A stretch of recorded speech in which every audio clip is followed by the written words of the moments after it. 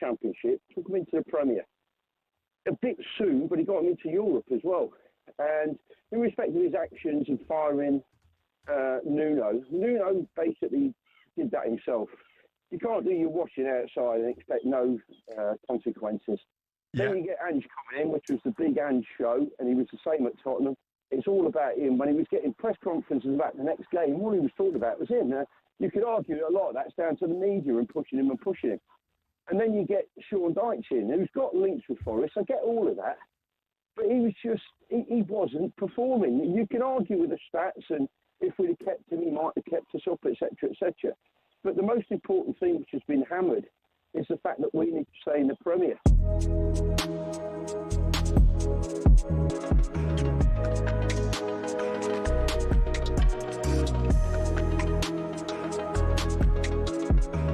talkSPORT Sports Update, powered by the Nissan Van range, supporting van owners to get the job done. Search Nissan Vans or head to your local Nissan Van Centre. With your headlines at 1 minute past 10, I'm Nick Ellaby. Good morning. With 14 Championship games to go, Frank Lampard's not letting anyone rest at Coventry. They're back on top after a 3-1 win over Middlesbrough. Our EFL expert Adrian Clark says Kim Hellberg's side, now in second, might need a plan B. They're a brave team, Middlesbrough. They'll continue to play their football, but maybe Coventry showed the other teams how you can beat Middlesbrough. Our new Blackburn boss, Michael O'Neill's told us there's not much more he can do to help Northern Ireland prepare for their World Cup playoff with Italy. Now he's doing two jobs. O'Neill says being in the dugout at Blackburn is a positive. I know it might sound a little bit unusual to some people, but I think that realistically it is something that is doable. I don't think if it wasn't, I wouldn't have tried to do it. Brentford head coach Keith Andrews says he went into Macclesfield's dressing room to show them respect after the game. The non-league side gave him a real test in the FA Cup, but Brentford go to West Ham in the 5th round.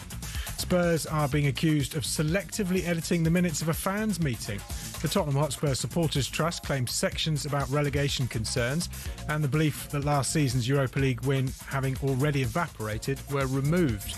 Tyson Fury says he's unretired himself for the 5th time to make boxing great again. Here's Gareth A. Davis. Tyson Fury is full of life, full of colour. Oh, look, he's back for a massive payday against a Russian in Arslanbek Makhmudov, who he should beat, which will lead to an even bigger payday. That fight with AJ is still in the pipeline. More at talksport.com.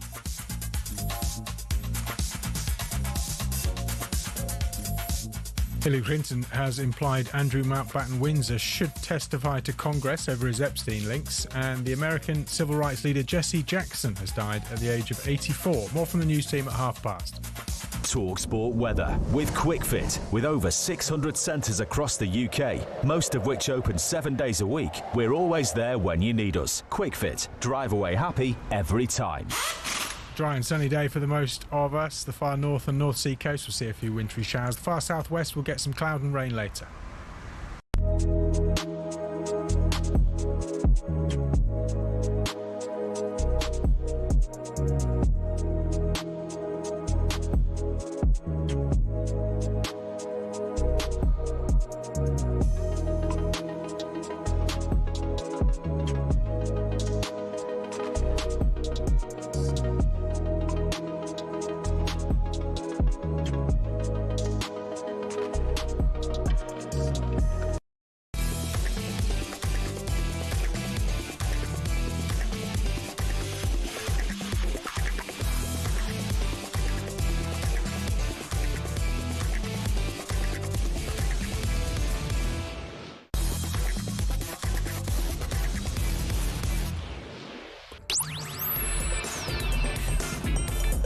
Good morning, everybody. You're listening to Jim White and Simon Jordan. We're live on talkSPORT. So Coventry return to the Championship Summit.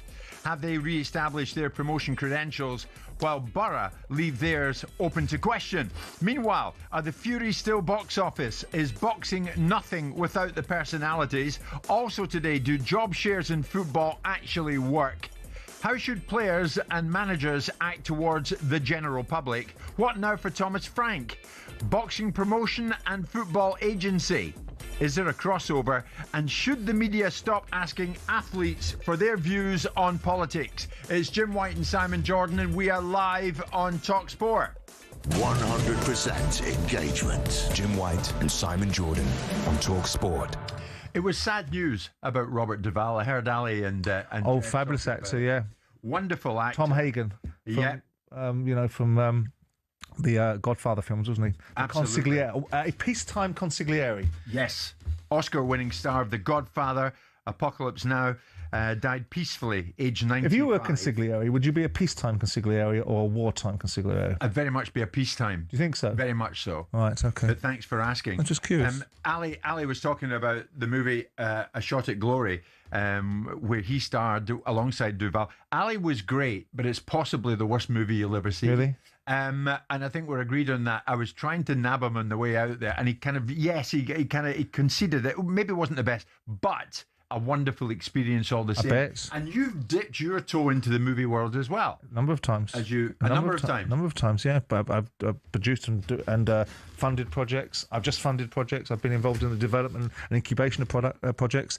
I like Robert Duvall. I thought he was a fabulous actor. I love the film Colours that he did with Sean Penn back in the mid-'80s. But he's one of those brilliant character actors that can just transcend all different genres. So sad loss. 95 is a good age, though, isn't it? Oh, well, it's a fair old innings, isn't it? Yeah. When you look back in it, what was a better industry to be involved in? The movie industry or the football industry? They're very similar. They're very similar because your director is your manager that gets carried away with himself as a megalomaniac, and the actors are your players that are all full of themselves and have the square root of nothing about nothing in terms of knowledge. So they're very similar, very entitled industries, full of sharks, full of difficulties, full of challenges, full of people looking to take money from you without actually earning it. So lots and lots of similarities. Why did you involve yourself in those? Because unless it had risk attached to it, and there was an opportunity to burn as much cash as I possibly could, it wasn't an industry I was interested in. It's all about jeopardy, isn't it? What do you make about the Furies coming back, or Tyson coming back, but John Fury starting in a similar role? It's like Cirque du Soleil, isn't it? Yeah. I mean, if you've seen the Cirque du Soleil, it's like a carnival of horrors. I mean, ultimately, in they come, with John Fury. It's all about John Fury. It's not about you, John. It's about your son. Yeah. But look, they will create noise, won't they? And Tyson Fury is a fabulous fighter. Yeah. And we'll see what he's got left in him to continue on his journey of seemingly a little bit of delusion. He's got the Deontay Wilder syndrome, isn't he? Yeah. He denies the fact that Alexander beat him and thinks he's a cheat. I know, it's crazy. Yeah. But we posed a question this morning, is boxing nothing without the personalities? And there can be no argument that Tyson Fury and even his dad, John Fury, are indeed personalities. Simon, Coventry returned to the Championship summit while Macclesfield's FA Cup run comes to an end. Coventry beat Middlesbrough by 3-1 last night. I took Middlesbrough to win that. How wrong was I? But was it a night, do you think, when Coventry re-established their promotion credentials and Borough leave theirs open to question? Well, I think it was a game that they really had to get an outcome in because they have dropped away at the top of the league. And to play their biggest rivals, nearest rivals, the team that had eclipsed them at the top of the league, was an important game. If they'd have gotten beaten in that respect, it could have created a further downward spiral. The fact they didn't should do the polar opposite. I felt that Coventry would win this game. I think I said it yesterday that they would. Did, yeah. And they duly did. Now, that will give them an injection. That will give them an infusion of belief again. And you may well find again, like Leicester did a couple of years ago, boom, they go again. So a great result for Frank. A great outcome for the players because it was a game that they needed to win, and they re-established their credentials at the top of the league. They beat the form side. Middlesbrough are in part, alongside Millwall and a few other teams, and Wrexham as well, are the form tides in the division. They're the ones that have taken their place. They've come to their backyard, and Coventry have gone, I don't think so. Exactly right. Coventry, it's fair to say, have indeed got Middlesbrough's number.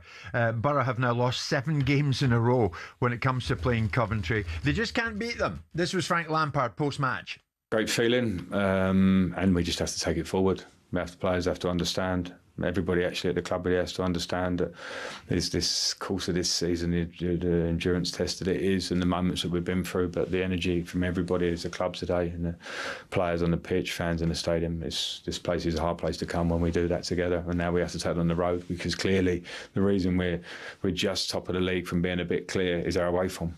It's not the CBS, it's our away form. So we can't get too excited. We have to take a lot of the good things from tonight and take them forward when we travel as well. Simon, what comes out of this is that Middlesbrough were at the top of the summit for one whole week. Yep. So this is a dogfight in the Championship. Right. When you have your opponent by the throat, do you need to finish them off? Well, they don't have Coventry by the throat, do they? They had a good run of form. And Coventry, Well, they did. Well, they didn't really, because they weren't affecting Coventry's outcomes. Coventry were affecting their outcomes. So Coventry changed the direction of travel by putting in a performance. Middlesbrough were doing their job, winning football matches, and Coventry weren't doing theirs. Coventry have now regained their poise by putting their biggest and nearest rival in their place. Now, don't forget, there's other teams that are going to knocking on the door. Ipswich are going to be knocking on their door. So, unfortunately, tragically for all of us, are Millwall. And all of those things bring out a fascinating. This is the division. This is the Championship. This is what it brings. It brings battles. It brings a long season. It'll be fascinating to see what happens with Lampard, because he'll become a commodity. If he gets his Coventry side up, he'll become a commodity for other clubs, and teams like Palace that I think have been in for him before may come knocking again. It'll be interesting to see if he gets Coventry up. Hopefully, he'll show the prerequisite amount of respect for the job he was given and stay where he's been successful. One of the great things about one of the many great things about the Championship, it's a brutal division, but from 16th to 6th, they're separated by just 6 points. So one wonders, does that give more credence to the argument of expanding the playoffs down to 8th place? Remember, Preston director Peter Ridsdale was talking about that. The issue we've got is that we believe that the Championship is probably the most competitive of the English divisions.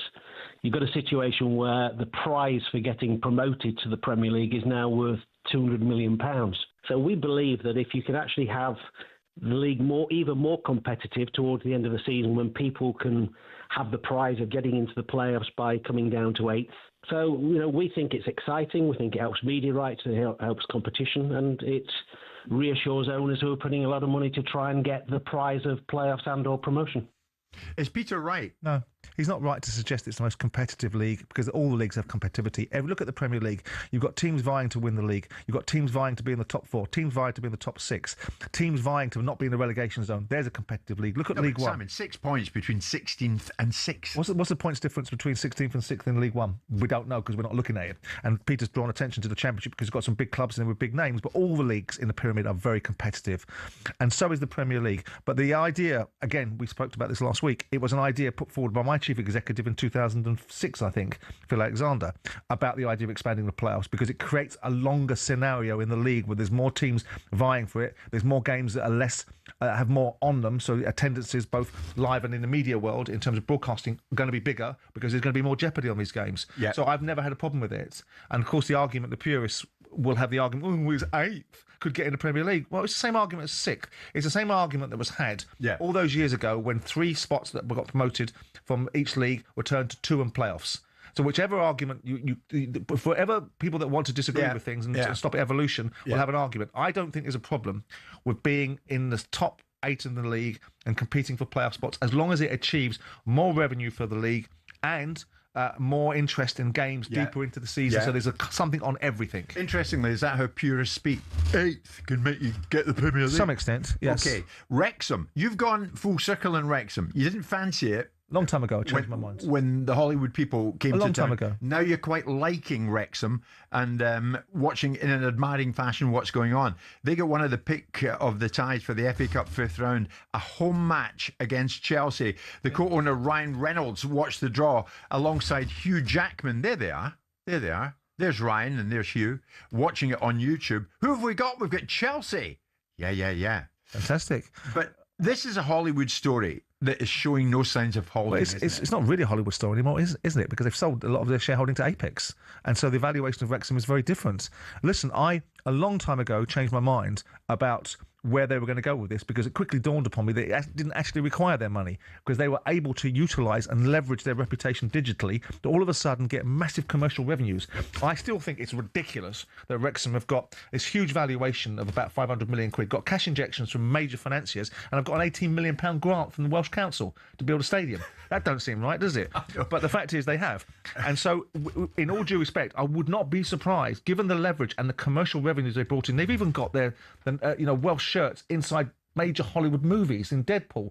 They've got this opportunity. It's a new way of doing it. Originally, I said 2-3 years ago, let's see how deep their pockets are when it gets hot in the kitchen. I know, but I think when they got to the Championship, you were saying, well, this is when they'll come unstuck. But no, I don't think. No, I might have said originally. You went early on Wrexham. I think. Well, of course I did. I went early 2-3 years ago when they turned around and said it was existential if we didn't get promoted for £1 million.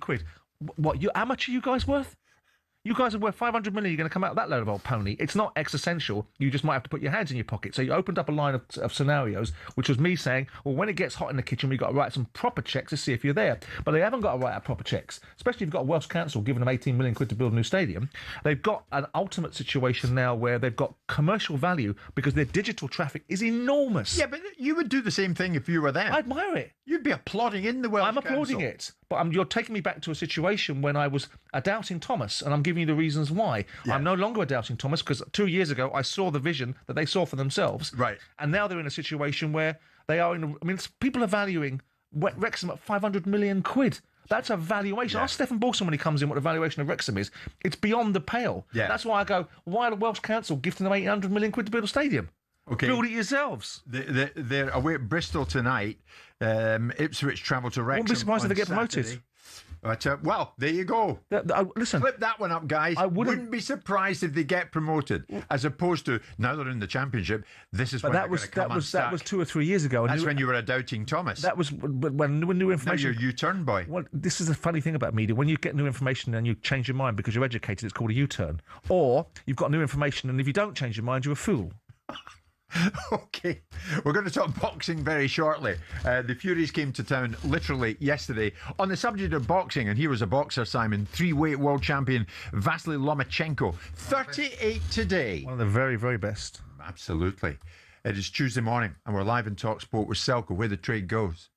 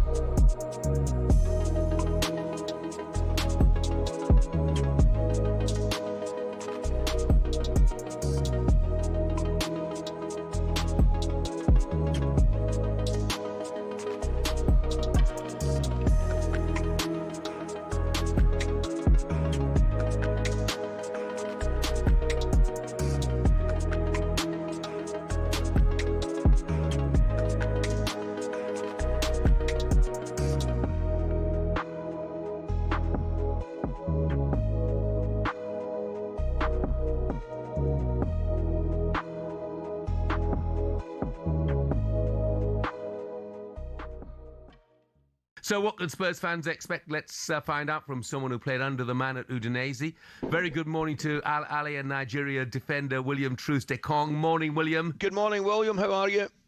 Good morning. Thank you for having me on. Oh, no, thank you for coming on, mate. Great to see you, mate. What can Spurs fans expect from Igor then? Well, we heard a little bit about it in the clip. We had him 2 times at Udinese. He's a manager that likes to play 3-5-2 or a variation of it, from what my experience was.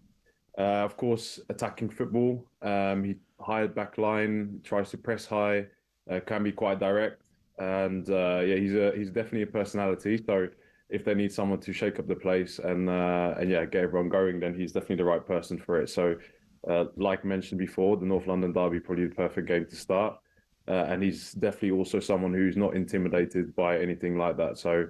A big personality, and he's going to get everyone trying to run through a brick wall. So I think that's probably been my experience with him. Ask you, William, you mentioned he's a big personality, and you would suggest that he's going to have to be to take this job, because when you look at it, what's he going to have to do differently? Do you think, in terms of, you look at the previous coach, there have been some great coaches and some fantastic managers, all the way back, Nuno, Mourinho, Big Ange, all these guys, obviously Thomas Frank. What's he going to have to...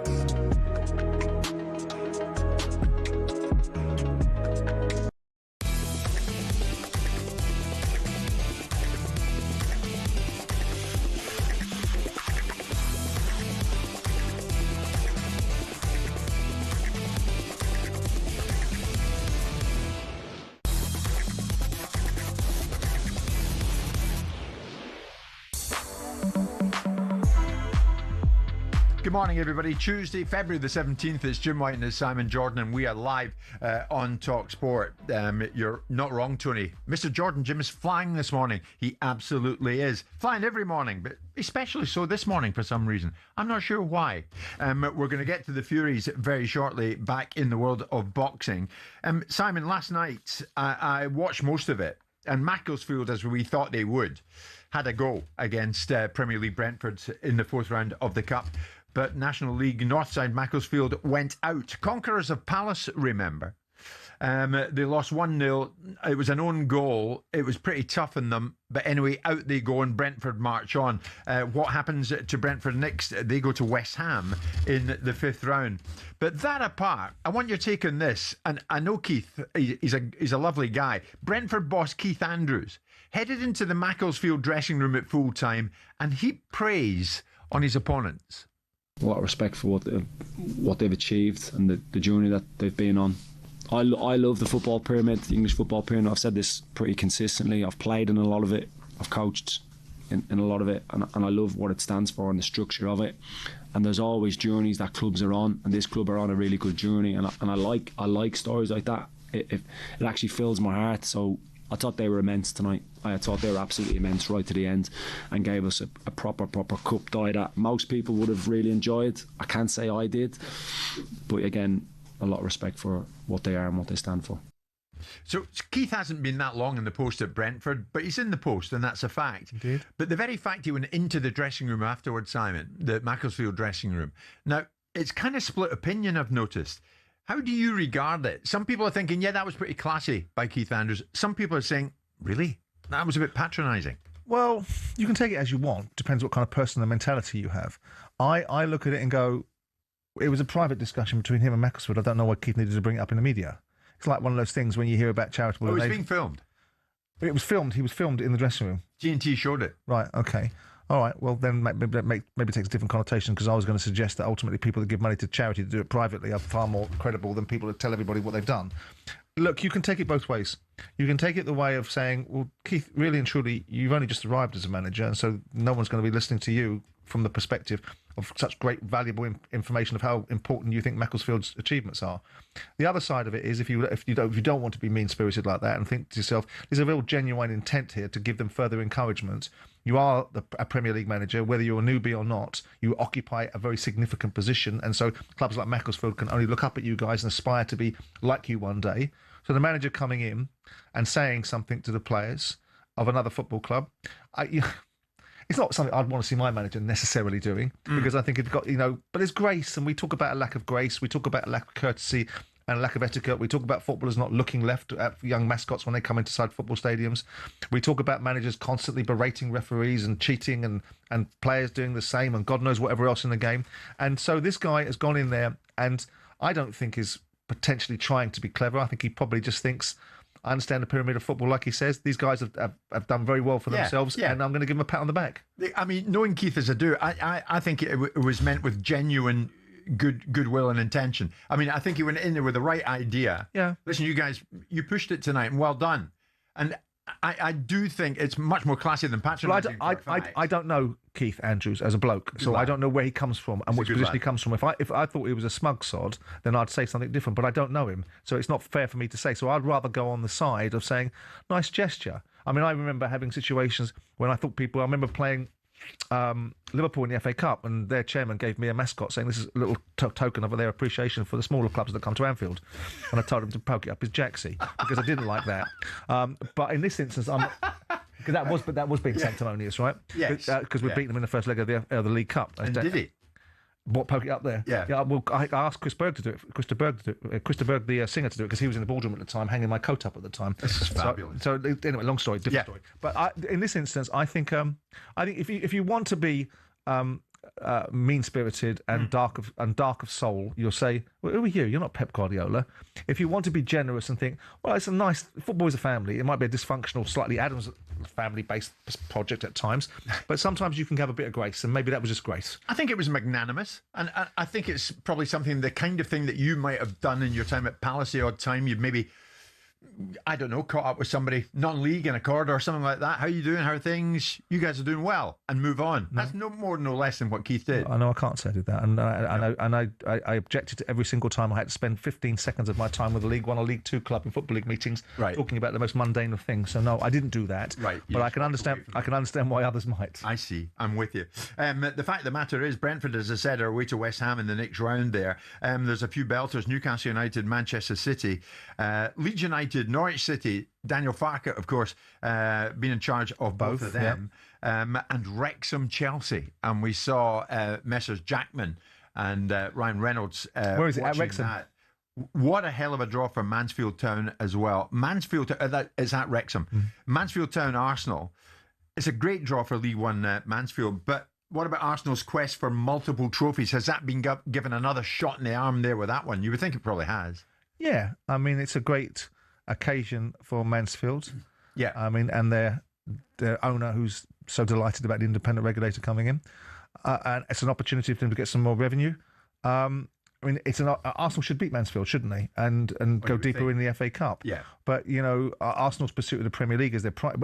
Arsenal is a story in every game now, and they have to accept their story in every game. Every time Arsenal turn on the field, it's going to be an analysis. Exactly. When they play Man City in the League Cup final, analysis of what's going to happen to the Premier League there on afterwards. It should be. And that's the nature of the beast. Yeah. And so they've got to live with that. And playing Mansfield in the FA Cup is an opportunity for them to progress deeper into the tournament and then give themselves a headache about how many games they're playing, and then we can listen to people complaining about how many games they've played. In the world of boxing, the Furies are back, but are they still box office? We'll look at that next. Coming up to 10:30 this Tuesday morning, we're live in talkSPORT with Selco, where the trade goes.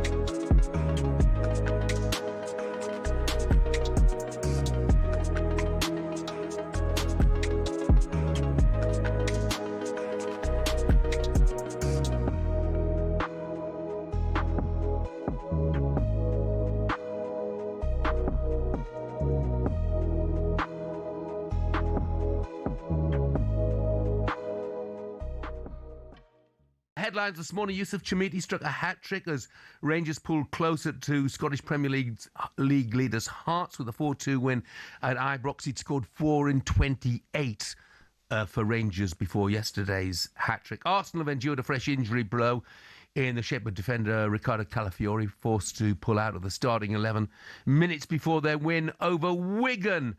Wolves and Arsenal. Wolves coming up this week for the Gunners. Manager Mikel Arteta admitted he is worried about the situation. Yes, and especially because we are going through. Before it was the strikers, then it was the defenders, now it's the midfielders. But we are still coping with that. But yeah, we need some players back and fit, and to give us as well not only numbers, but different options in relation to the opponents that we have. So the quicker they are, the better. We're still coping, did he say that?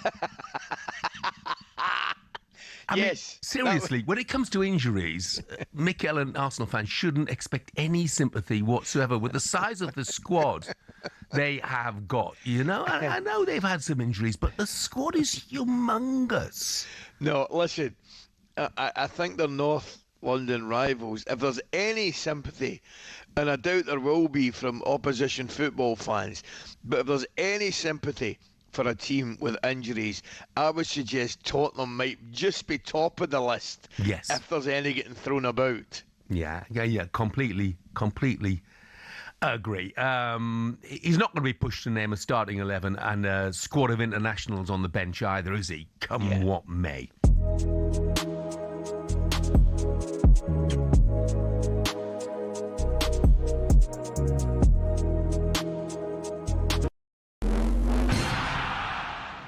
Have Frank Lampard's Coventry shown the rest of the league how to beat Borough? Our EFL expert Adrian Clark saw them counter a brilliant pressing side by bravely pressing high. They went after Middlesbrough and they kept winning the ball back inside the opposition half. They were so hostile, so aggressive, and it set the tone, and it got them 1-0 in front. And then in the second half, they dropped off a little bit. They went a bit deeper and said, all right, you can come at us, but we'll just break on you. Haji Wright's hat-trick in the 3-1 win takes Cov back to the top of the Championship with just 14 games to go. In the FA Cup, Macclesfield are out, but Brentford boss Keith Andrews went into their dressing room to congratulate them. I think they've got a lot of spirit, a lot of character and a lot of talent. And I just said, you gave us a real test tonight that I was concerned about coming into it. Now, Jurgen Klopp's agent says Manchester United and Chelsea made an approach after he left Liverpool. Both clubs deny that, though. Jurgen Klopp might be out of managerial work, but Michael O'Neill's got his hands full. Not only has the newly appointed Blackburn boss been tasked with keeping them in the Championship, but he's still Northern Ireland manager, who have their World Cup qualifier against Italy in March. But he told talkSPORT it's no big deal. I know it might sound a little bit unusual to some people, but I think that realistically it is something that is doable. I don't think it's... If it wasn't, I wouldn't have tried to do it. And Tyson Fury says he's unretired for the 5th time to make boxing great again. And Gareth A. Davis says it's great for the sport and for the Gypsy King's bank account. Tyson Fury is full of life, full of colour. Oh, look, he's back for a massive payday against a Russian in Arslanbek Makhmudov, who he should beat, which will lead to an even bigger payday. Fury will face Arslanbek Makhmudov at the Tottenham Hotspur Stadium on April 11th. More on all this on the talkSPORT Boxing YouTube channel.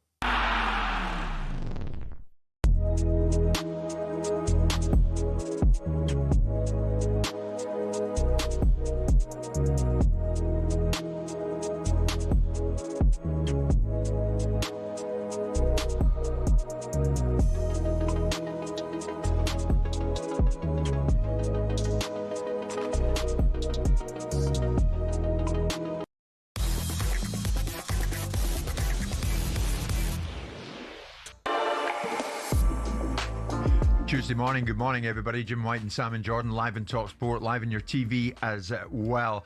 And we're live in talkSPORT with Selco, where the trade goes. We're talking about Wrexham there in the 5th round of the FA Cup. They take on Chelsea, doing well in the Championship.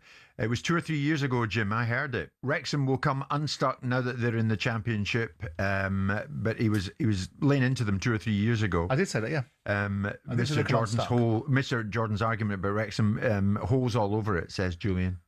Listen, I've lived in Wales and I was a king of the pit ponies when I was down there, so I understand the psyche of defending the space, but I didn't say that they would come unstuck in the Championship because they weren't a big enough football club. I said the owners would come unstuck when it comes to putting their hands in their pockets. The owners don't have to put their hands in their pockets because the commercial value of their digital representation precludes them from doing it, and I changed my mind 2 years ago, so keep up. The world of boxing. The Furies are back. Well, Tyson Fury is certainly back. Tyson Fury will fight Arslanbek Makhmudov. That will take place at the Tottenham Hotspur Stadium on April the 11th. And yesterday, the Furies gathered with Makhmudov, who said precious little, to talk about the event at the Tottenham Hotspur Stadium. They were gathering in London yesterday. But the question out of this, really, is does boxing miss people like Tyson Fury, like his father, John Fury? We'll get to that. But whatever your thoughts may or may not be, is boxing in 2026 suffering from something of a personality vacuum? Well, Tyson Fury is back and he'll fight Makhmudov, and he gave a few reasons as to why he's come back. He came back for one reason only, and that's to make boxing great again. Since I retired for the 5th time over a year ago, boxing for me has gone on a downward slope. It's become quite boring, and boxing is at its maximum potential when Tyson Fury's actively fighting. And I didn't say that. An AI, the cleverest AI on earth, said that, ChatGPT. I'll get your reaction on that in a second, Simon. But he also spoke about another reason that he's come back and he's going to enter the ring once again. And he entered into the area of discussion regards AJ and that car accident. The biggest turning point in this comeback for me was a tragedy that happened with Anthony Joshua. I was on holiday with my family in Thailand for Christmas, just to get away from the rain. Sick of the rain, it was depressing me. And then I hear all that bad news that's gone on. And I thought, you know what, life is very, very short and very precious and very fragile.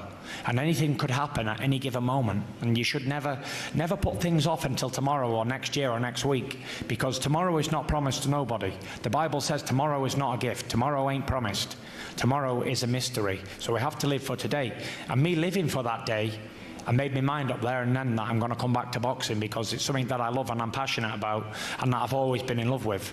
And there is no tomorrow to put it off to, so that's why I'm back today for this big fight.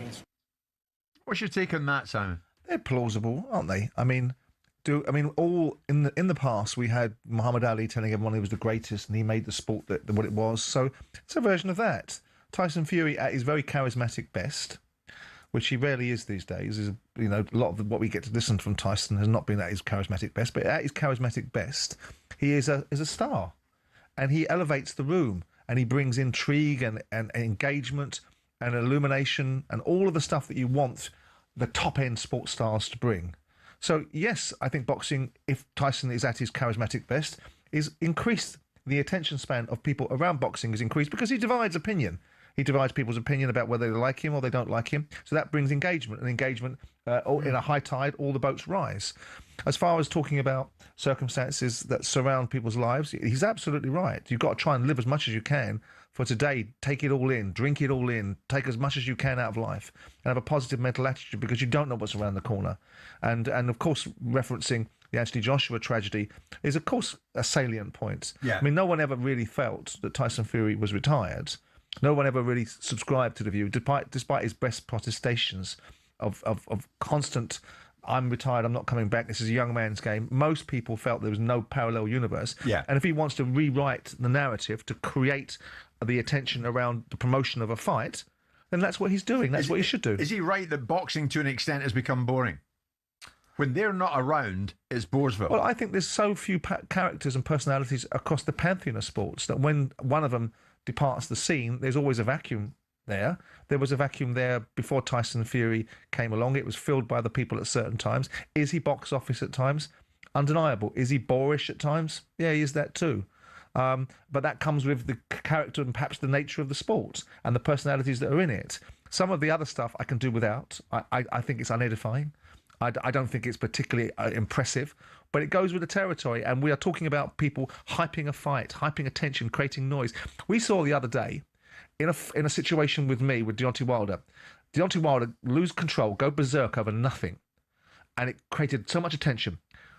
But a good interview was lost in my mind. So the fact that the public want to see these confrontations, they want to see this kind of outlook, they want to see this kind of throwdown mentality that comes at times. To me, I think it's sad because you lose quality, and all you do is get is clickbait. I agree with you, Sam. But that's we what you were get. on a train coming back from Newcastle, where we'd done the OB at St James's Park last week, and people were coming up to me in the train as we travelled south, asking me about, have you heard about your mate?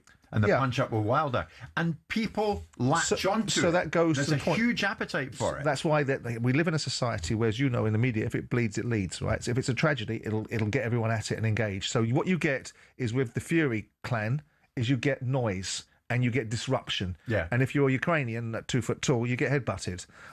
But, you get all of that, and some of it you have to accept is not what you particularly like. But in the end, it's all about... I thought at times, in some of the interviews I saw Tyson, I thought he spoke very calmly and eloquently.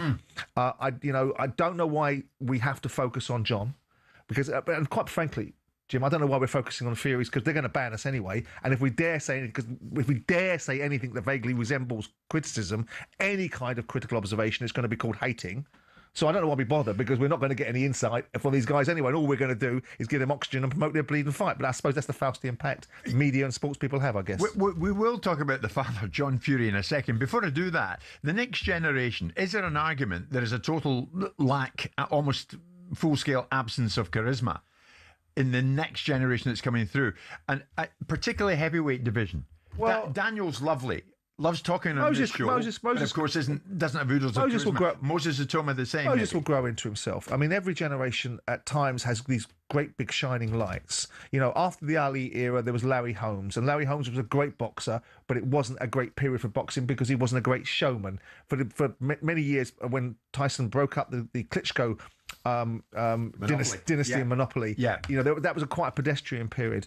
So characters, first of all, society doesn't really like characters. It likes to sanitize the world and make everybody think the same. So characters often have their consequences for being characters. So yes, I think there is a difficulty to see behind it. But boxing's next to nothing without characters. I think so. I think that's probably right. I think you'd like your characters to be sometimes, you know, a little bit more palatable and a little bit more, edifying at times. But on the whole, character, I mean, you look through the sports and you look at all the characters we've had. Alex Higgins was a fabulous character in snooker, but at times he behaved in a way that most people would say, come on, you can't behave that way. Tyson Fury, George Best in football, other people that we can talk about that are mercurial, that are stars and transcend the game. They come with both good and bad. Yeah. So boxing maybe isn't much without the Furies. No, I think boxing is a lot, but I think it's enhanced by potentially the Furies. I think also they can detract from it at times. Enhanced by John? No. I think John, I met John on a couple of occasions and I really quite liked him. And I felt that he was a great boxing observer. I don't know what he is now. You know, it's not about John Fury, but it seems to be. You know, obviously him and his little altercation with Carl Froch. I mean, it's not about John Fury. It's really about Tyson. And all these people that sit there waxing lyrical about the Furies being back, none of them would want them living next door to them. Well, it became the John Fury show to an extent yesterday, when it was all about Tyson fighting Makhmudov. And for those who haven't heard it or seen it, John Fury, he's been involved in something of a feud with Carl Froch for quite a while now, after calling out Froch back in 2024 for a fight. Now, Froch was in the vicinity of the Furies yesterday working on a boxing show, and John Fury arrived, and boy, did he latch onto that. I've got plenty to say about John Fury. Where are you? Okay, let's get on. Where are you, pal? Get on with it. Here I am. They're talking about me day and night on videos. Day and night on videos. And here I am ready to fight. Where are you? Where the are you? Hey? The world's been calling me a You know me, Lennox. You know I'm no coward. I was going to fight you in 1980. That's true. Wasn't it true? Yeah, did I back away from you? No, you didn't. That's right. So put some respect on the name of John Fury and get that Carl Froch here. If he wants it, and anybody else in the building, look here. The ultimate male. Because when you mention John Fury's name, what do you do? Run like friggin' Carl Froch. Run like a Carl Froch. Don't talk about me, or took up the knock and punch your head in. So it begs the question, does John enhance the atmosphere? No, but it creates noise, isn't it? Boxing. I mean, poor old Frocci, he's got his first gig on Netflix, and the last thing he wants is that, because ultimately Carl Froch is not scared of John Fury, I can assure you. But he's also in a situation where he's doing his first broadcast with Netflix, and the last thing he wants to do is ever roll around with John Fury or even get engaged in it. Lennox should be saying to him, by the way, John, pack it in, we're doing a broadcast here. But I guess it's part and parcel of the territory. A, you got to take that with a pinch of salt.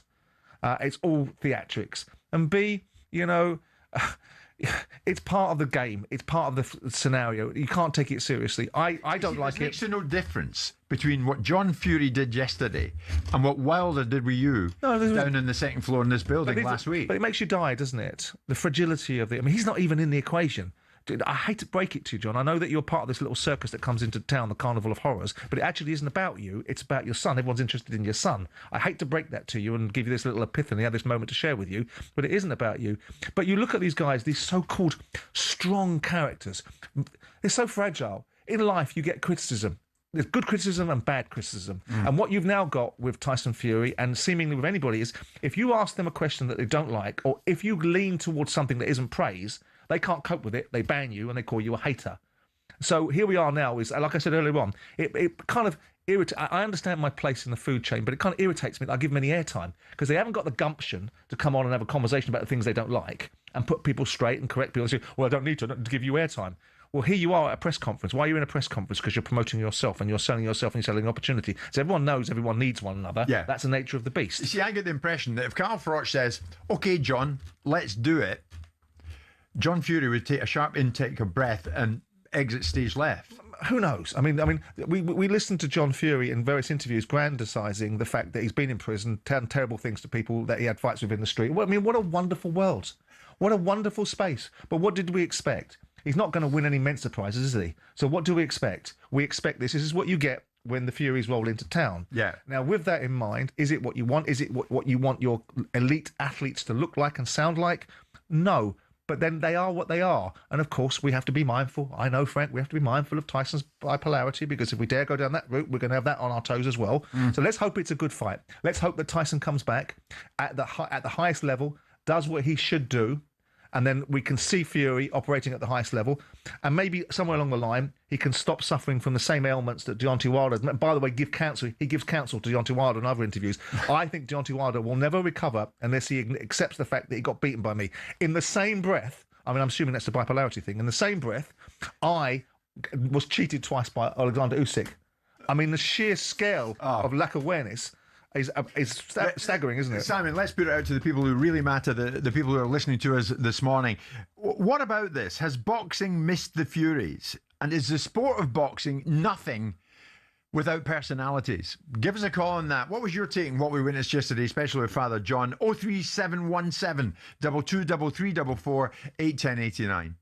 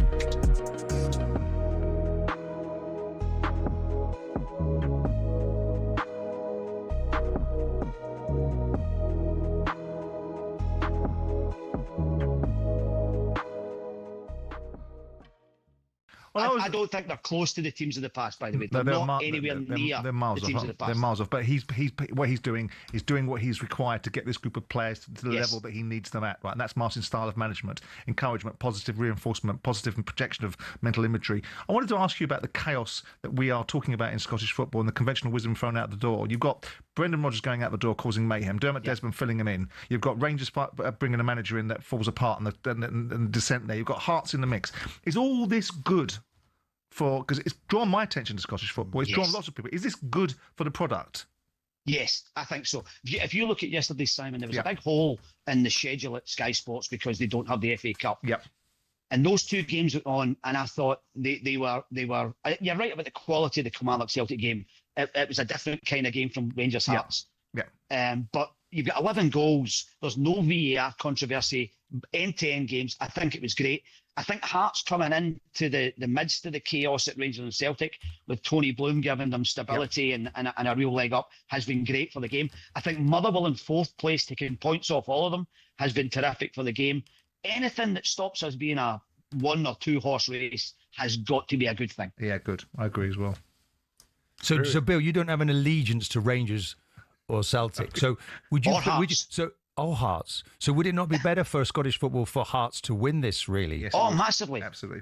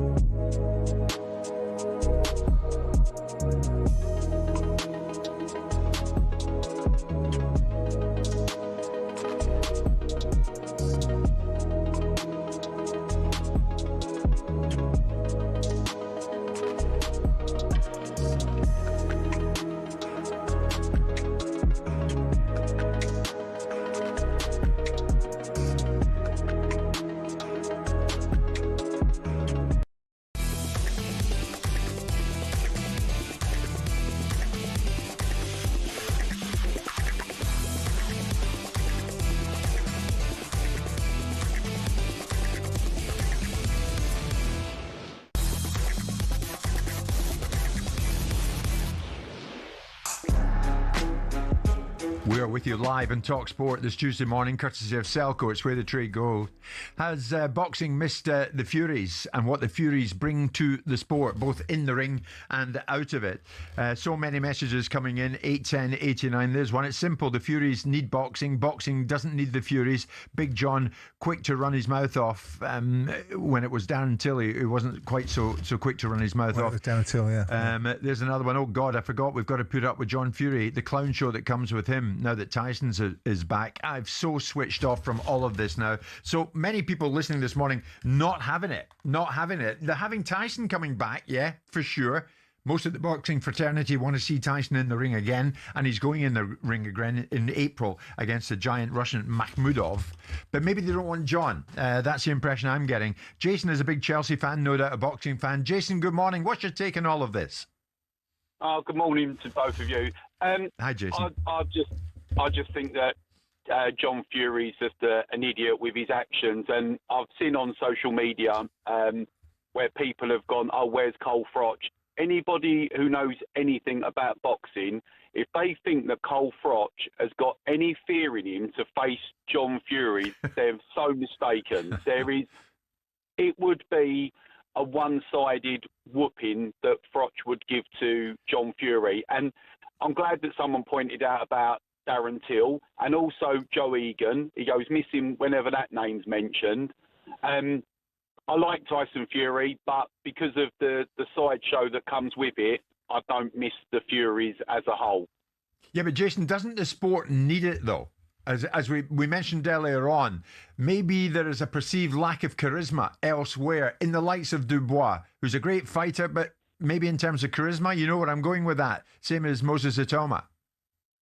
Yeah, but does boxing need a 60-plus-year-old man running around taking his top off, threatening people that would, every one of them would iron him out if it come to it? No. Tyson Fury, yeah, he brings, like Simon said, he brings that bit of extra to the actual boxing game, but not John Fury. Who wants to see someone like that running around, running their mouth? Well, I certainly don't. Others might, and if they do, that's their decision. But me personally, I'd like to see a dad, for example, like Enzo Calzaghe, who was in his son's corner, but never had to run his mouth. Everybody knew what a great boxer Calzaghe was, and obviously what a great trainer Enzo is. Yeah. Before you leave us, Jason, here's a question: can you separate Tyson from John? No, because John Fury won't allow you to. Yeah. Me personally, I'd like to, but John Fury won't allow it. Every time you try to, he's in there flipping tables and stuff like that. So, unfortunately, John Fury won't allow you to separate the two. You know that if you have one, you've got to have the other.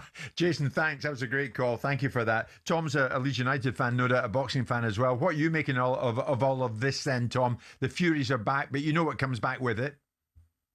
Oh, yeah. Big John, honestly. Hiya, gents. I think that... Morning. I just think Tyson needs to sit and have a word with his dad, doesn't he? He needs to say, Dad, just shut up.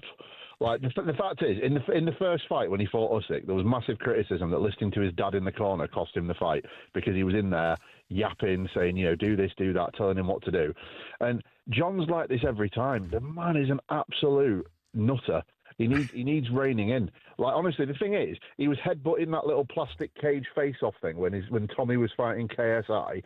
He flipping headbutted one of Usyk's trainers when they were all waiting just to, like, they were chanting at each other and he had to headbutt one of them. Yeah. Now he's doing this. It's like, the fact is, Tyson Fury is at the back end of his career. It's nice to see him back in boxing. I always said this, and I'm not like good at predicting stuff, not like you guys, but I always said as soon as he loses to Usyk, it'll be, there's a reason why. He's not big enough of a man to just say, look, he won. Fair enough. Yeah. The better man won on the night. Tom, give me your reaction to this. Here's a message. Yes, boxing is much better with Tyson back. Probably the only exciting British heavyweight that we have. John is over the top, but he's entertaining. I go agree with that? The first bit. Yeah. I agree with the first bit. I don't agree with the second bit. I think John Fury is. I mean, he's not the sort of person that can. He's not a fighting man as he says he is. You know what? I had a fight at school when I was about 6 years old, and I won. It doesn't make me a fighting man. John had 13 professional fights, and he only managed to knock out one person. Like professionally, John is not fighting. Being a fighter matters in the ring. A professional career, and he's a man that was not successful as a fighter, and all he's doing is using his son to make himself look big and clever. Tom, Carl listen. Froch, Yeah, go on. Carl Froch is not a person that's invisible.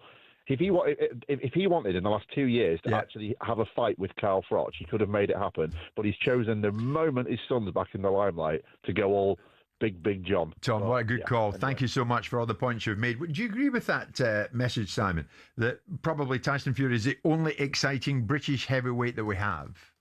No, I don't agree with that. I think Fabio Wardley's a very exciting heavyweight. He might not have the same personality traits as Tyson Fury. Daniel Dubois is a very exciting heavyweight. Moses Atoma is a very exciting heavyweight. What are you talking about? Are you talking about outside of the ring or are you talking about inside? I think they're talking about the full package. The lot. They're so rare, aren't they, full packages now in terms of in this day and age where charisma is not allowed to shine because it's considered to be something that people are uncomfortable with. Fury brings some extra sizzle. But as far as fighting and in the ring stuff, there is plenty of British heavyweights, more than we've had for a very long time, that are capable of really operating at a high level. You've got one in Fabio Wardley that's won a world title, in essence, by beating Joseph Parker. Yeah. You've got Moses Atoma that's been considered as the great star in the waiting. You've got Daniel Dubois, who's won a world title and we know can punch and is coming back again. There's lots. They've got Lawrence Okoli. People might not like his style of fighting, but Lawrence Okoli is another British heavyweight that's in the mix. Richard Riakporhe. There's lots of British heavyweights. Jamie TKV. You know, again, these are all fighters that are worthy of us talking about, but there is that extra bit of sauce that goes with Tyson Fury. And Tyson Fury travels with his father. He clearly wants that in his camp. They will consider that everybody talking about them is job done. Then they'll package it as they made everybody a fortune by everyone talking about them. And then if there's any criticism on top of that, then they'll tell everybody that it's haters. If you were selling a fight as a promoter, would you or would you not want John Fury around it? I wouldn't be a promoter. Look at the coverage. No, but Simon, if you were, look at the coverage it's getting this morning. Exactly. And so the job is done. Yeah. And tragically, that is the pact. Yeah. We sit there and go, ugh. But it gets the coverage and they get what they want. And then they have the audacity, rather than saying thank you, they criticise everybody that dares not praise them from dawn to I don't think that's a real man. I think a real man can take criticism and go, right, I'll tell you what, I will combat your criticism by two things: proving you wrong, but also if your point is wrong, I won't shut you down and ban you because I'm too cowardly to counter your opinion. I will just deal with it and address it. Or other people say, well, why should they? Okay, don't them. You're saying Tyson isn't a real man for the way they react to the criticism? No, I think he's a real fighter. And John? I think they're real fighters, but I think they're weak men in terms of their ability to be able to communicate the differences. What they do is they just operate in very safe spaces, which is if you criticize, if you praise us, we love you. If you criticize us, then we think you're a hater and we categorise you and we marginalise you and we insult you. And if you dare bite back upon that, then we'll insult you some more. A final take on this. Steve is a big Manchester United fan and a boxing fan. Steve, good morning. Have we missed the Furies? Has boxing missed the Furies? Is Steve with us? Good morning. Hi, Steve. You are with us. What about it then? Yeah. Have we missed the Furies? No, not in the slightest. I think John Fury, I'm not sure if you've ever watched those American TV shows where the mums are living their life through their pageant daughter. I think it's just a case like that. He's living his life through Tyson, and John was never a good boxer in his first place. So, no, he's not missed in the slightest. Okay, and what about Tyson? Are you more delighted that he's back? You're going to see him again in the ring? No, not really. I think I'm with Simon. You've got a tumour that's going to go on to be bigger and better, I think, than Fury. And how many times can you retire and people be excited that he's coming back? Okay, fair enough. Steve, thank you for that. Opinion very much against the arrival of the likes of John Fury at an event like that yesterday. And that's right, and that's true. And again, the Carl Froch analysis is absolutely correct. It's the thing I said from the start. Carl Froch has no fear of John Fury. He probably has a fear of the fact I'm doing my first Netflix broadcast and I can't be dealing with this idiot. But Tyson values his father. Tyson wants him around. In the reason why Tyson is the man that he is in terms of the challenger and champion that he was, the guy that opened up the heavyweight division for everyone else, is because he's John Fury's son. John Fury seeded this outlook, this excellence, this expertise in his son. So he's not without merit. Whether we like the fact that he behaves in a way that, you just think, I wouldn't want that anywhere near me. But a lot of it's theatrics, a lot of it's part and parcel of making noise. But you can't just turn around and say John Fury's living vicariously off his son, because his son wants him there, and he is his son, and he's his. And part of the reasons why Fury is in the position that he is, and has been for a long, long time, going back to interviews that he did years and years ago when he was going to fight David Hay, and everyone thought that Tyson Fury was a joke. He'd punch himself in the face, which he did in one particular fight. All of this was being created and curated by his dad. Yeah. So you've got to give him some credit as well for what Tyson's done. We better strap ourselves in, because we better get used to it. The Furies are back, and there'll be more of it in the build-up to the fight when Tyson Fury faces Arslanbek Mahmudov, and that's at the Tottenham Hotspur Stadium on April the 11th. That is then, this is now, and now it's 11 o'clock.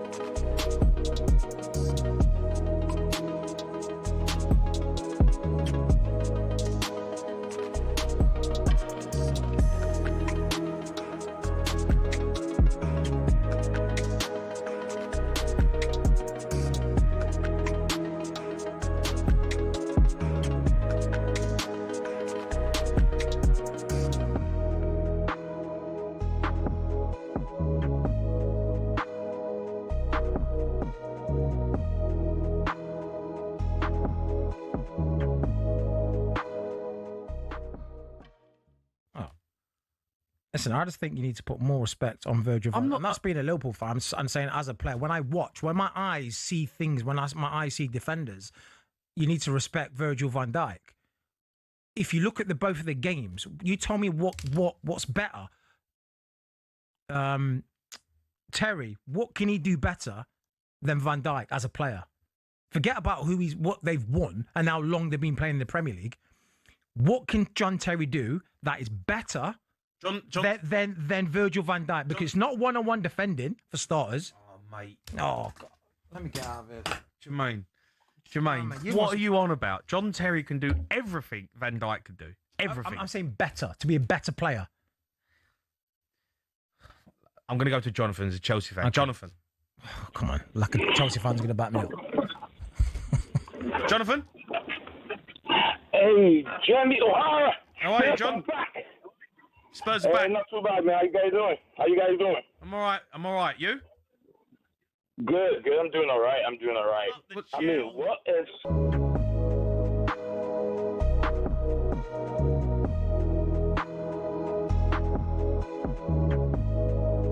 talkSPORT Sports Update, powered by the Nissan Van range, helping business owners to work better and live better. Search Nissan Vans or head to your local Nissan Van Centre. With your headlines at 11:02. I'm Nick Ellaby. Good morning. Have Frank Lampard's Coventry shown the rest of the Championship how to beat Borough? REFL expert Adrian Clark saw them counter a brilliant passing side with a high press. They went after Middlesbrough and they kept winning the ball back inside the opposition half. They were so hostile, so aggressive, and it set the tone, and it got them 1-0 in front. And then in the second half, they dropped off a little bit. They went a bit deeper and said, all right, you can come at us, but we'll just break on you. Cov's 3-1 win takes them back top, just above Borough. Meanwhile, Michael O'Neill's told us his Blackburn Northern Ireland job share might sound weird, but is doable, and 90% of the prep for his World Cup playoff with Italy is done.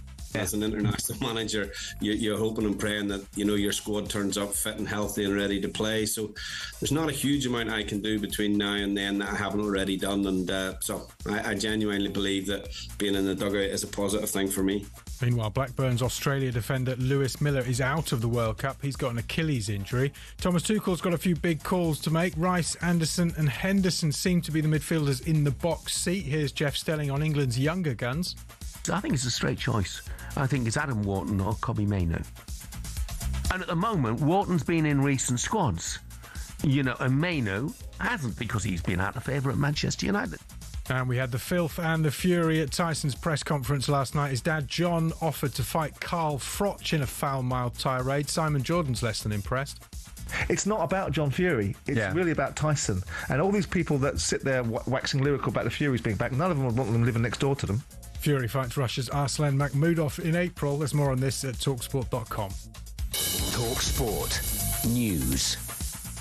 The American civil rights leader Jesse Jackson has died, and pressure is intensifying around Andrew Mountbatten, Windsor's past association with Jeffrey Epstein. More from the news team at past. talkSPORT weather with QuickFit. Whatever the weather, our range of services is longer than the queue at the Chippy on a Friday night. Tyres, MOTs, brakes and more. Book today at quickfit.com. Dry and sunny for most of us. The far north and North Sea coast will get a few wintry showers. The far southwest is getting some cloud and rain later.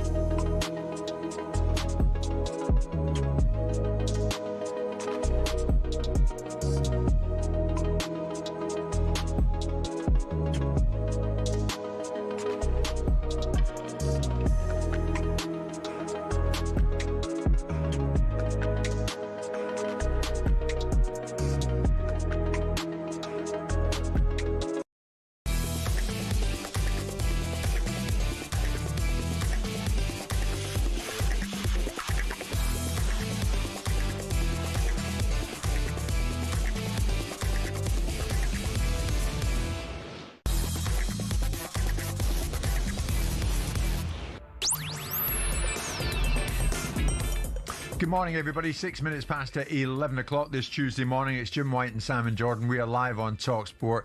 Thanks for all the texts and the messages and the tweets that come into this show. Honestly, your view of what we do and what we're talking about is all important to us each and every morning. And this morning is no exception. Later on this morning, from promoter in the world of boxing to football agent, is there a crossover?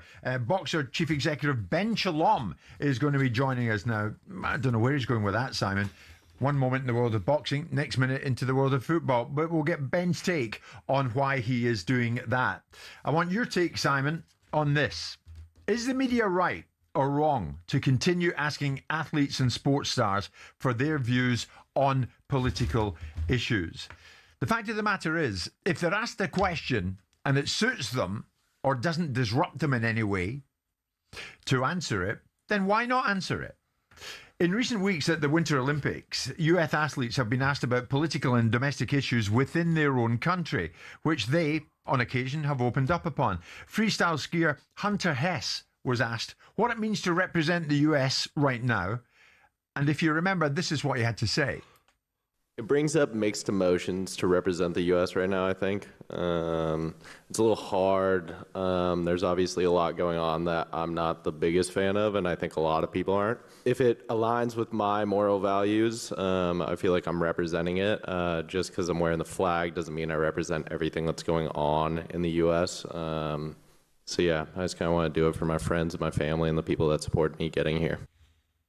Now, maybe not unsurprisingly, Trump called Hess a real loser, while Vice President J.D. Vance said more generally of athletes, you're there to play a sport. If you're there to represent your country and hopefully win a medal, then do it. You're not there to pop off about politics. In recent days, that is true. In recent days, Simon, we saw and heard Manchester City boss Pep Guardiola opened up on injustices around the world when he was asked about his appearance at a rally in Barcelona. And then more recently, we heard in the world of tennis, speaking ahead of the Dubai Championships, US women's player Coco Gauff, she was asked about what it's like being a travelling athlete, waking up to news that's coming out of her country. Now, remember, of course, what we saw with ICE in Minneapolis, and she was asked about a bunch of things, including that. And Coco Gauff said, I don't think people should be dying in the streets just for existing. I don't like what's going on.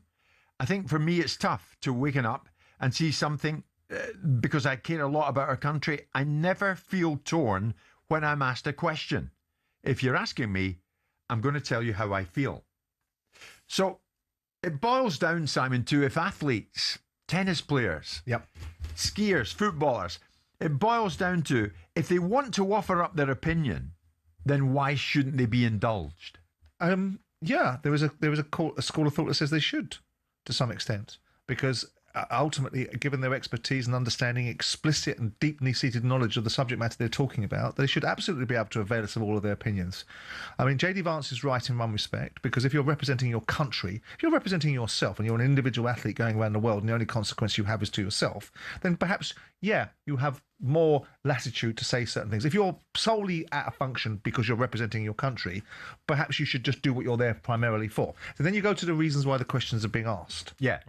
And this, again, is something that you probably might not like, but I'm going to say it anyway, is about the genuinity of the question. They're not interested. Athletes talking about what's happening in a particular space is not going to affect the outcome. Talking to politicians and people that can change the direction of travel is going to affect it. Asking athletes is a soundbite. Is creating a story, is creating substance rather than actually having any substance in the question being answered. Because they don't care about the answer. They just care about the fact the answer can actually give them something further to write about. This athlete vilifies this, or this athlete says that. But would you not agree with me? It's a valid question to ask them. Why? Why is it a valid question? Why not? It's going on in their homeland at the moment. But why is a sport... And they're well aware of it, and they will have an opinion on it. You're at a press conference, and you're talking about sport, and you're talking to a tennis player. Right, so why would you feel the necessity? What is the benefit? What do you gain from Muhammad understanding? Ali was asked about Vietnam. Well, no, Muhammad Ali was asked about Vietnam because Muhammad Ali refused to take the step forward. Of course. And so it became very prevalent to him. Yeah, but in those press conferences with Ali at that particular time, no. It didn't just centre on boxing. Well, it centred on Ali's actions and the reason why he was being booted out of boxing because he refused to take the draft. But relevant questions were asked of him. A relevant question in my mind was asked of Hunter Hess last week, and he chose. He could shut it down. But directly relational to Muhammad Ali's actions. Muhammad Ali was going to go to prison and was being banned from boxing. So he gave his reasons why, and he had skin in the game, and he was invested in taking a decision to make a decision. None of these kids are. They're not making any decisions. They're not putting any skin in the game. Ali put skin in the game. It's a bad example. Ali decided that he was not going to take the draft, and the reasons why he wasn't going to take the draft because he didn't agree with the Vietnam War, and it went against his religious beliefs. So you would say Hunter Hess's view is not relevant. But they have no... You would say that Pep Guardiola's view is not relevant. No, it's relevant in... You would say that Coco Gauff's view is not relevant. It's relevant insofar, as I said the other day about Pep Guardiola. I think it's unwise for all of us that aren't experts in these fields to wade in deeply, to express deep opinions about certain situations if you're not availed of every single fact. But we don't talk sport. Talk sport. The clue's in the name. Yeah. And yet we venture into other areas, and you gladly and willingly give your opinion. Indeed, I do. Some people like it, some people don't. Indeed, I do. You don't hesitate for one moment to give it. And why do you do that? Why do you do that? Because I ask you. But indeed you do. So Hunter Hess was asked. And I choose Coco Gauff was asked. And I choose to answer it. And I back it up with substance and facts. And I'm happy to be contradicted or challenged. Right? And the consequences of my actions I will take, and consequences of my words I will take. And my fear for young athletes that aren't as experienced as I am in the world, I'm an older man that's been around a lot longer, is that they will be manipulated and utilised for being able to impart messages for other people that utilise that information. Who's going to manipulate them? Whoever's agenda is being served by particularly agreeing with a particular cause or persuasion. I saw the reactions to me and my observations about Jim Ratcliffe. One side of the equation turned around and said, yes, God, true patriot, standing up for this country. Other side of it, Islamophobe racist, because it divides opinions. I saw it, I watched it, I thought to myself, I'm a useful idiot for people, right? And it's a dangerous space to be in, because if you express your opinions at times, you can be hoisted by them. So young athletes being utilised by the media to create content that then can be weaponised or utilised by other people is a dangerous space for them to be in. If they want to be in that space, that's entirely up to them. As long as they can take the heat in the kitchen. Sure. As long as they can take the consequences of it. Sure. I always maintain the view that I prefer to see sports and politics not being forced together. I also tacitly accept that it's a reality.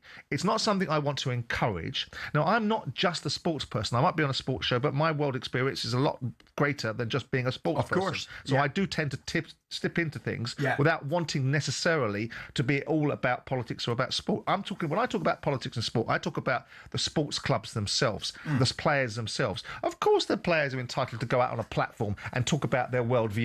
But when you're talking about sport and you're sitting at a football conference, if you're like Jim Ratcliffe wasn't talking about sport. The FA investigating Jim Ratcliffe for his comments is preposterous. It's got nothing to do. He is a businessman. He's allowed to talk about society. Just because he's a shareholder in Man United doesn't mean he can't talk about other things.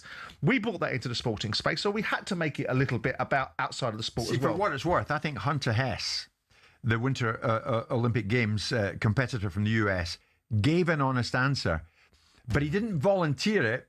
He was asked. Of course. Now, he gave an honest answer in that he's a young man, and some of the events and some of the things that are going on in his homeland at the moment, he's not happy with. So why? What was predictable was Trump's reaction to what Hess said by calling Hunter Hess a real loser. And that's fine, right? But why? I'm sure Hunter Hess doesn't give a damn about what Trump thinks. Okay, you've got your point for you, of course, about Trump, right? Why is a journalist asking a mid-20s American that's there solely for sporting reasons about the political landscape? Representing his country. The boy's representing his country. No, come on. No, that's not. Why is the journalist doing it? Not what is the boy doing? It's a relevant question. No, it's not. It's a relevant question. It's a question designed to create outcomes for media, not designed to create outcomes for society. No, it's not. It's a question that gives Hess the option, I will or I will not answer that. And that's fine. And he quite easily could have said, oh, I'm not getting into that area. And that's what...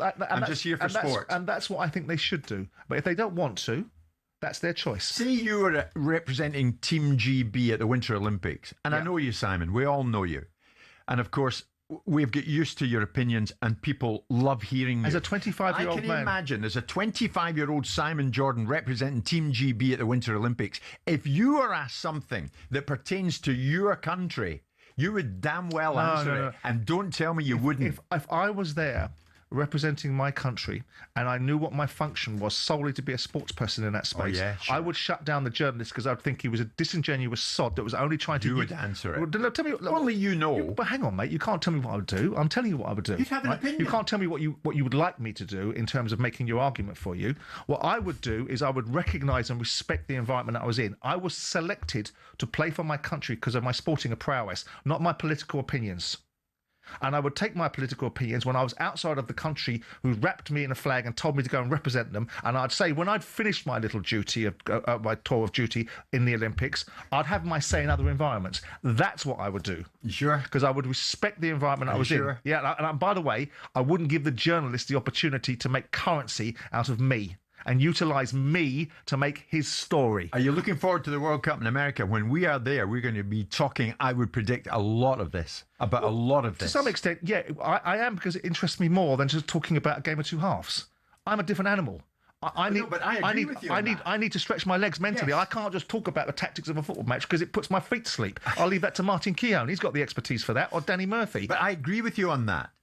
So you're ready to hear some of the opinion that's going to be displayed out there, but I'm also pertaining to events away from the football field. I'm also ready to hear very honest and informed and expert opinion, and people that are challenged. And I love the fact the other day. was honest, and that's his view. I love the fact the other day that this show was called Unchallenged by other shows, and yet when they had their show, Max Rushton, they did the same thing, which is have a group of views that weren't challenged. Yeah, we live in a very hypocritical world. People listen to this. It's very divisive. My worry is for young athletes is if you're going to, like we saw the footballers, they waded into that pond. We'll have our say about LGBT rights. You're going to get your yellow card. Well, that's the end of our say. I worry for them that they get into territory they don't understand, and I like to listen to real experts that really know what they're talking about, that are balanced. And sometimes I think young men, young women, and sports people are cocooned in the world, and then are utilised for other people's outcomes. I'm just trying to think, will there be journalists out in the US asking about ICE? All the time. Asking about immigration, customs enforcement. I guess they will. About this, asking about that. They will. Oh, yeah, they will. And I'll be one of them. I'm sure you will. Just going to live in 15.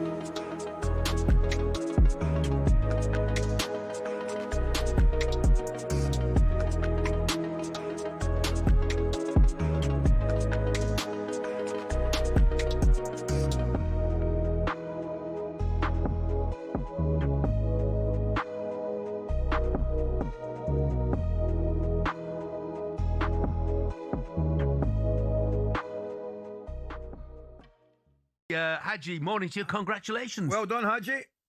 Morning. How are you guys? Yeah, Very well, we're really thank you. good, but you must be absolutely over the moon. I mean, how big a...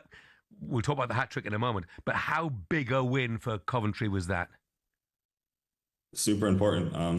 First versus second, top of the table clash. It was important to see who could come out in the end, and I'm happy we were able to take 3 points home. Haji, what about the start of the game? I mean, you're unlucky yourself. Good header downwards, hit the post, go back. I mean, the boys looked really fired up, as you would expect for a game of that importance. Yeah, 100%. We were prepared well throughout the week in training. We knew exactly what we wanted to do, so we just came to the stadium and tried to execute. Yeah. Well, as a team, you executed, and you personally executed brilliantly as well. How many hat-tricks in your career? 3. I 3. think. Is that the most important of them? Yeah. So far, yeah. I love that. So far. I know. I was going to say, you wouldn't have heard just before you came on, Haji, I mentioned the fact, terrific result. I wouldn't say it was a must-win game, but with Borough on a great run and yourselves maybe slipping ever so slightly, it was certainly a very important game. But no time to rest. West Brom away, Sheffield United away. It is one tough league, mate. Yeah, definitely. Games come thick and fast. And like you said, it is just 3 points at the end of the day. It wasn't 100% must.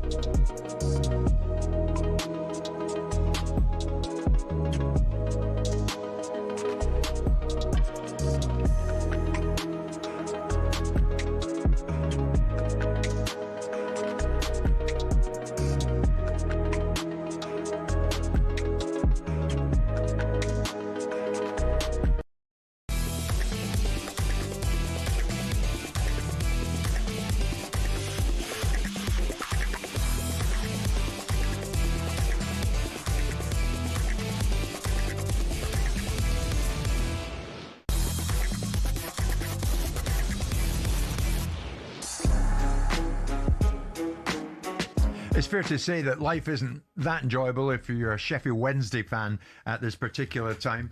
Of course, points deductions, bottom of the Championship. Life is not going in the direction that many Sheffield Wednesday fans would wish it would. And of course, Chansiri, the former owner, on his way out, but who's going to take over the football club?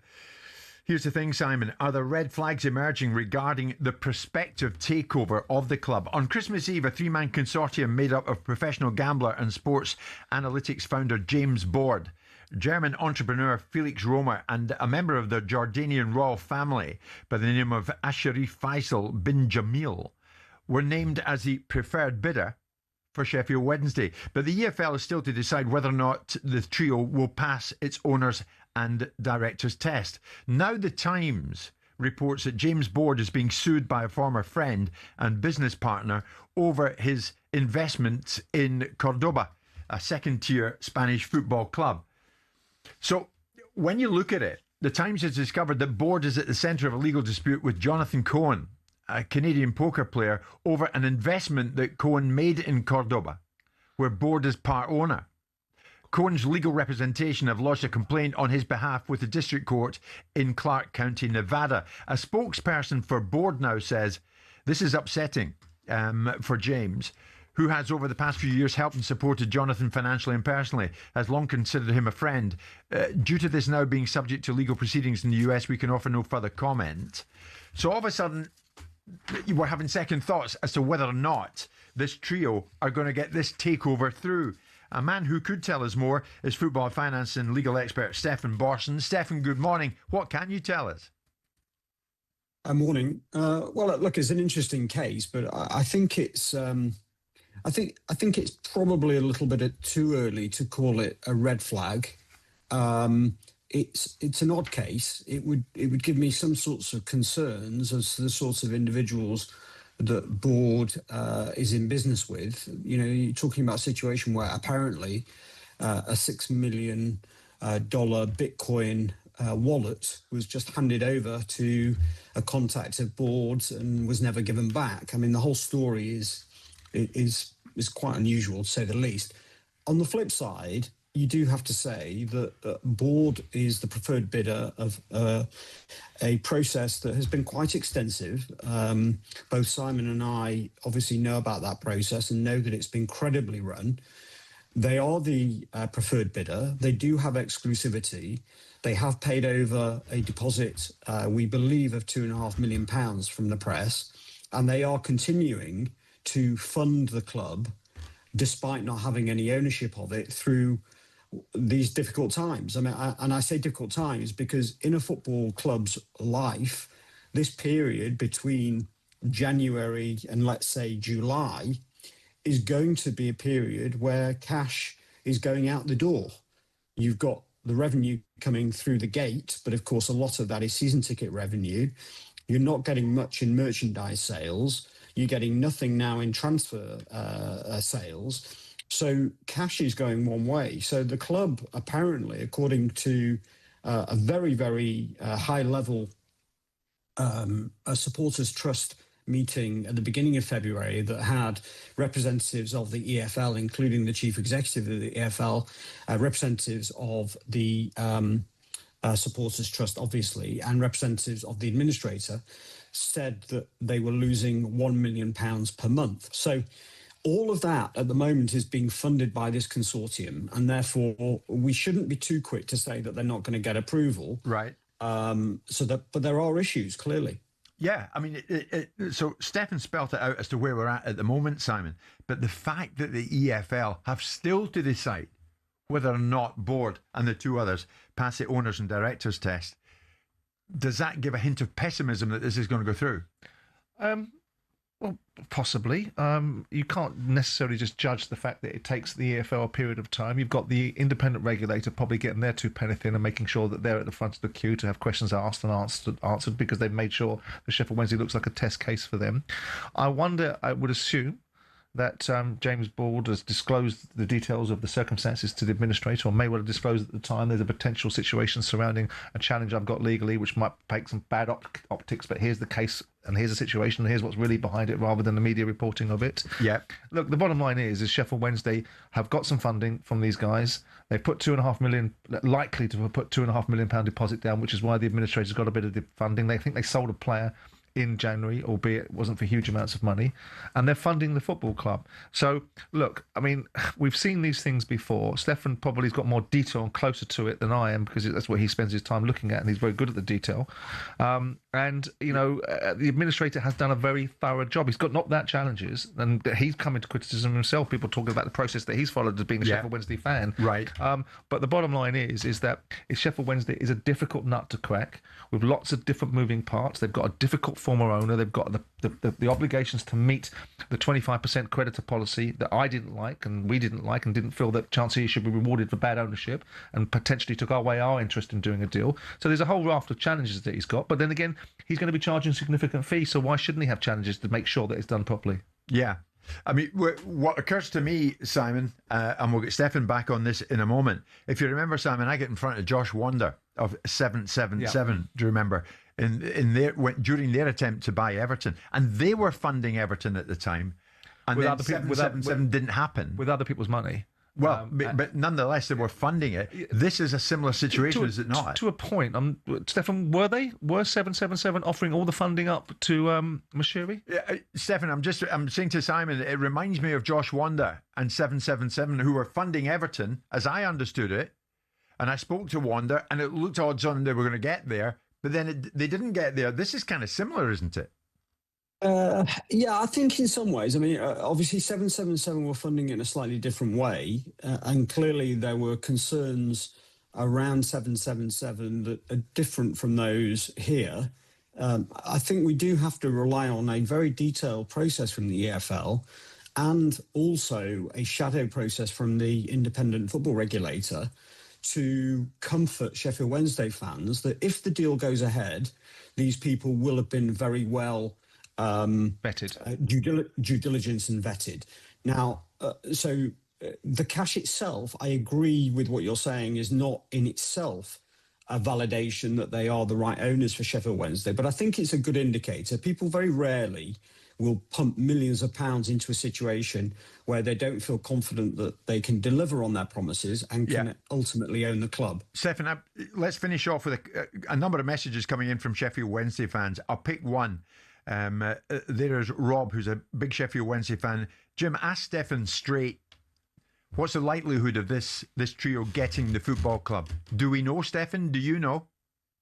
No, I mean, as I said, the supporters' trust meeting is probably the best indicator. I think it's still quite finely poised, actually. I think they clearly have some money. The source of that money, I think, is complicated.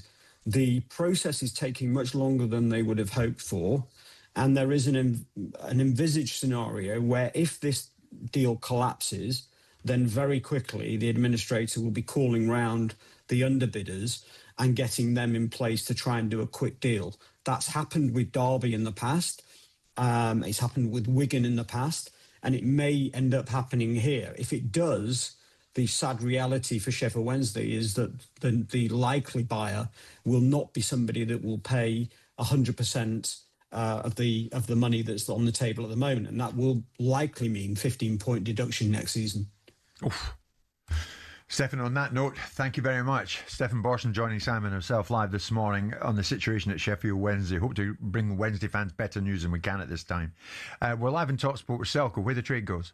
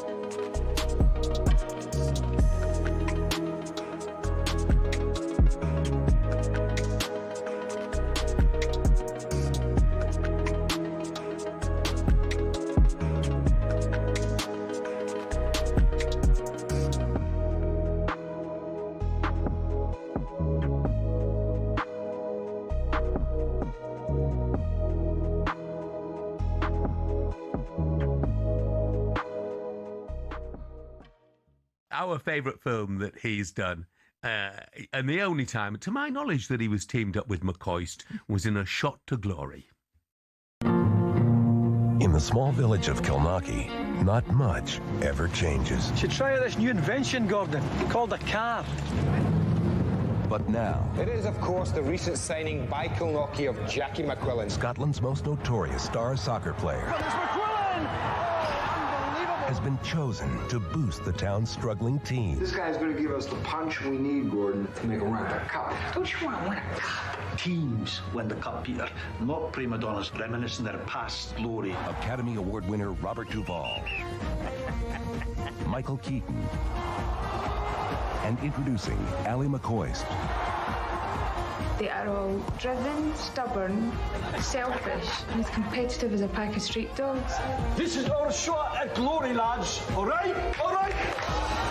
A shot at glory. Now, as if doing a whole film alongside Ali wasn't enough, here's Robert doing some punditry alongside Dougie Donnelly, John Collins, and Ali. We're now joined by a genuine Hollywood legend, Robert Duvall. Bob, you're very welcome. Nice Lovely to see you. And I hear you're becoming...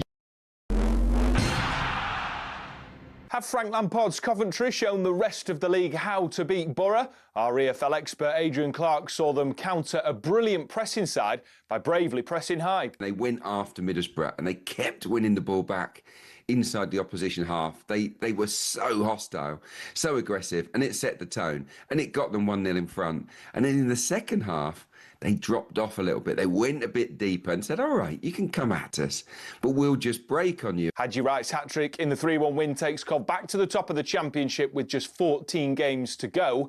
In the FA Cup, Macclesfield are out, but Brentford boss Keith Andrews went into their dressing room to congratulate them. I think they've got a lot of spirit, a lot of character and a lot of talent. And I just said, you gave us a real test tonight that I was concerned about coming into it. Now, Jurgen Klopp's agent says Manchester United and Chelsea made an approach after he left Liverpool.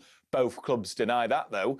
Jurgen Klopp might be out of managerial work, but Michael O'Neill's got his hands full. Not only has the newly appointed Blackburn boss been tasked with keeping them in the Championship, but he's still Northern Ireland manager, who have their World Cup qualifier against Italy in March. But he told talkSPORT it's no big deal. I know it might sound a little bit unusual to some people, but I think that realistically it is something that is doable. I don't think it's... If it wasn't, I wouldn't have tried to do it. And Tyson Fury says he's unretired for the 5th time to make boxing great again. And Gareth A. Davis says it's great for the sport and for the Gypsy King's bank account. Tyson Fury is full of life, full of colour. Oh, look, he's back for a massive payday against a Russian in Arslanbek Makhmudov, who he should beat, which will lead to an even bigger payday. Fury will face Arslanbek Makhmudov at the Tottenham Hotspur Stadium on April 11th. More on all this on the talkSPORT Boxing YouTube channel.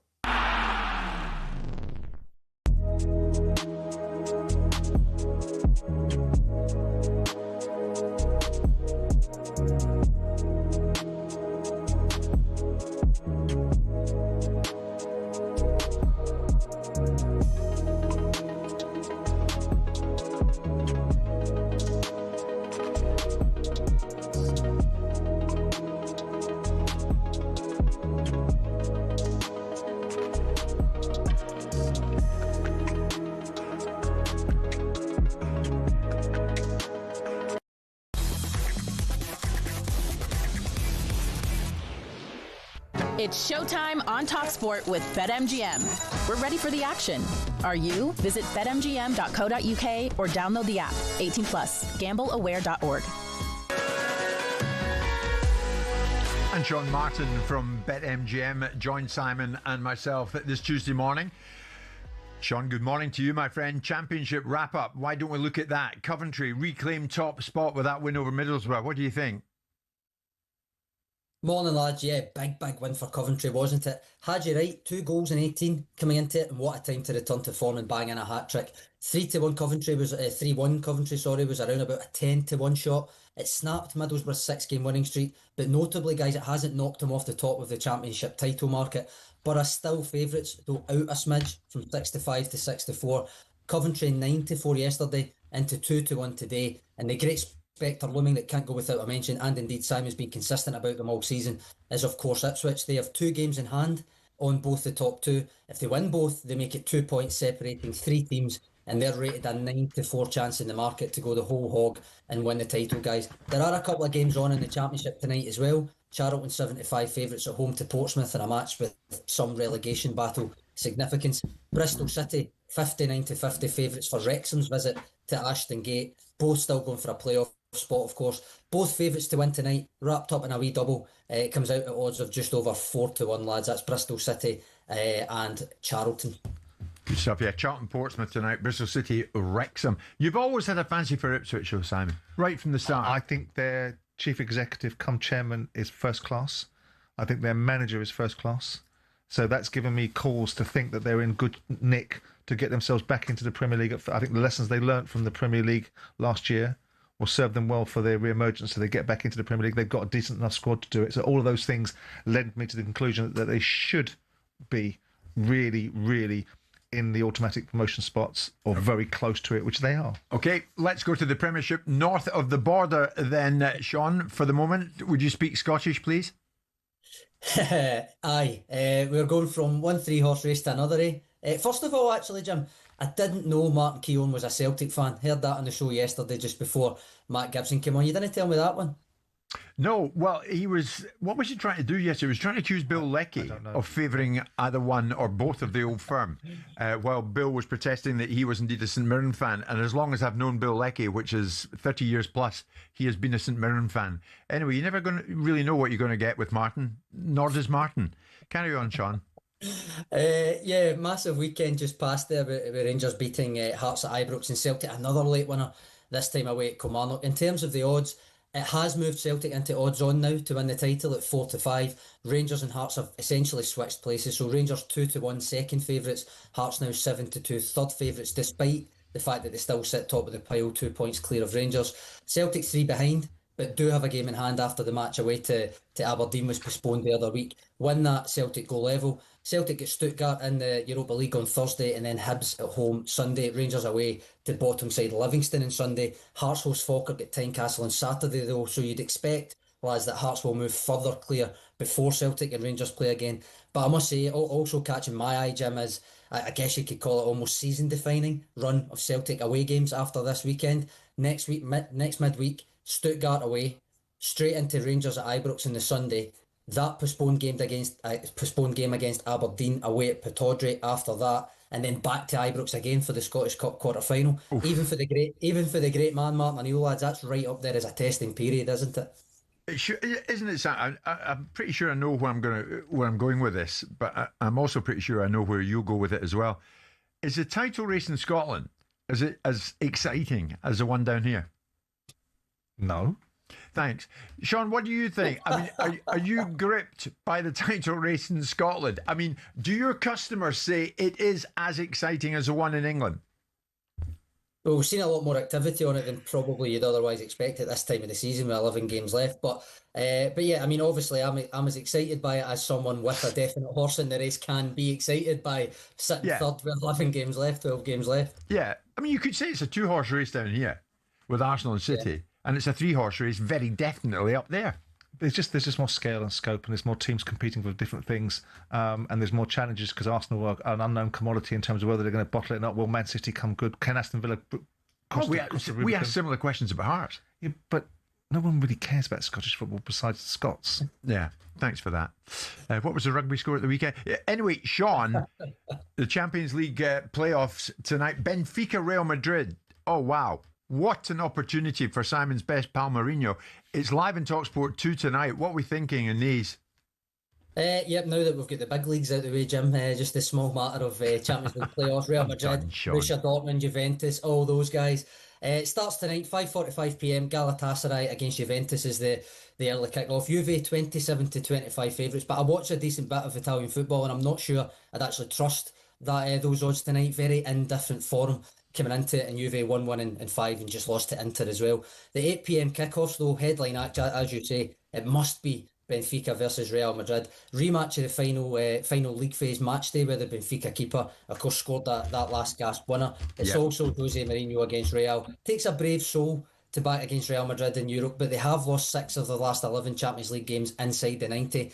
They're still 17-20 favourites in Portugal, and elsewhere Borussia Dortmund just over even money to beat Atalanta at home, and PSG odds on to beat Monaco away from home, even though Monaco did actually beat them 1-0 in their league fixture earlier in the season. Just to round things off, neatly, an 8 p.m. favourites treble of Real Madrid, Dortmund and PSG, all to win their games tonight, lads, comes in at around 5-1. 5-1. Sean, it's interesting. Simon, it's the first leg tonight of Benfica. Stop looking at me like that. Of Benfica Real Madrid. It's the first leg of the playoffs. Yep. But interestingly, you look back and their last 6 games, Real Madrid, they've only lost 1, and that was to Benfica in the Champions League. So, I mean, there is a great opportunity here for Mourinho over 2 legs. No, I don't think so. I think if there was an individual game, I think you could give it more of an opportunity. But I think over 2 legs, Real Madrid will just have too much for them. The fact that they were the participants in this game, the fact that Mourinho features in the story, and the fact that Real Madrid have such players that when they feel like it, they can do things to teams. Benfica had their moments. They weren't in the bottom 8 teams for no reason, and then they managed to claw themselves out with the very last kick of the game from the goalkeeper, whatever it was, to get themselves an outcome. And it's a fabulous story. It creates a brilliant narrative. Mourinho at the centre of it, Madrid with his relationship with Madrid. But I think in this time round, Madrid will do what Madrid do, which is get past the lesser sides and pick one of those. Remember, visit betmgm.co.uk, download the app, 18+, begambleaware.org. It's showtime on talkSPORT with BetMGM. Keep things golden with responsible play at betmgm.co.uk. 18+, gambleaware.org. If you're watching on YouTube live at the moment, you will see Simon was You were almost changing chairs there. You're not happy with the chair you're in. No, I'm not, because these bloody chairs don't work in this office. You'd think that one of the things you need to have is a chair that works, right? Right. Fundamentals goes up and down of its own mind. As we've got about I look like Spencer Oliver sometimes. I go beneath the desk. As we've got about 2 minutes between now and the next commercial break, why don't you just stay in that chair? Well, I thought we were going to a commercial. I thought I was going to a commercial break. Yeah. Well, we're not quite. Just want to get your take on this. Jurgen Klopp, or more accurately, on his agent, a gentleman by the name of Mark Kosicki. I wonder why he's saying this. Jurgen Klopp's agent, this man Kosicki, has claimed that Jurgen was a target for both Manchester United and Chelsea to take over as manager following his departure from Liverpool. So, if you remember, he left Anfield. It caught everybody cold, including ourselves. I was on that day, and the reaction to it was enormous. Now this man Kosicki is saying it could have been thereafter. It could have been Manchester United. It could have been Chelsea. Chelsea and Manchester United, Simon, have denied the agent's claims. So why would he make them? Well, he may have had some conversations with representation from these football clubs, and it might have been very loose, and he might have chosen to interpret it. We know how football agents work. We've seen how they work in the summer. They choose to interpret things. We saw how they worked with Isak. We saw how they worked with other players that were deciding that they had heard something that people necessarily might not have said in the manner that they chose to interpret it. So having a loose conversation with somebody from Man United who might be on the periphery of the board or in a position of influence saying, we might be interested in Klopp, is now translating into they made significant inroads. Yes. So the question next would be of the agent, if indeed he does pop his head above the parapet again, who did you speak to? Who specifically and explicitly? Yeah. And he'll then turn around and say, well, I don't want to betray any confidences. Well, too late, that ship has sailed. You're the one that flew that kite. You're the one that told everybody that Man United and Chelsea had professed interest in it. Who from those clubs did that? Yeah, and also there's a suggestion, if this is to be taken at face value, that it might not have been Thomas Tuchel for England. It could have been Jurgen. Because, again, the same agent is suggesting that at some point he says he'll need to smell the locker room again. Will he? And he's maybe England might be on that list of priorities. Maybe. I mean, maybe he's ticked all the boxes that he wants to tick. He's a 60-year-old man, close to, isn't he? So despite the fact we look at Klopp as a strong character, he has got more money than probably he needs to have or knows what to do with. He doesn't have any necessity to be involved in football, and he may have just scratched that. It might be like when Lennox Lewis stopped boxing. He didn't need to go back to boxing. He decided that his life can move on, and maybe Jurgen Klopp doesn't need to go and sniff the dressing room again. Well, I mean, the agent is telling it as he sees it. He says in between leaving Liverpool and joining Red Bull, before joining Red Bull, Jurgen could have coached the USA or England. Well, of course he could. He probably yeah, because he's an elite manager. So England would have been in, and Thomas is maybe second or third choice. Could have, would have, should have, but he didn't, so it's irrelevant, isn't it? So he could have done. Jurgen Klopp is an elite football manager. A very small handful of them exist in the world. It is not a major insight to suggest that people might have wanted him to do a job for them. This is not some major... No, you're kidding me. Where did that come from? What, Jurgen Klopp? Nah, don't be silly. Of course it's not a revelation. The guy's making himself current. I mean, I'm assuming he's doing this with Klopp's blessing. Oh, you'd like to think so. I mean, obviously, Klopp's busy getting you to book hotel rooms, isn't he? But notwithstanding that, alongside that, maybe the commercial value of Klopp is being increased, and all the hotel room bookings that he's getting as a result of it are major to do with his agent telling him that he was going to manage Man United and Chelsea. OK, over the next 2 minutes, while Simon is changing his chair to one that's going to accommodate his backside a bit more easily, we'll be back after this. But remember, we're live on talkSPORT with Selco, where the trade goes.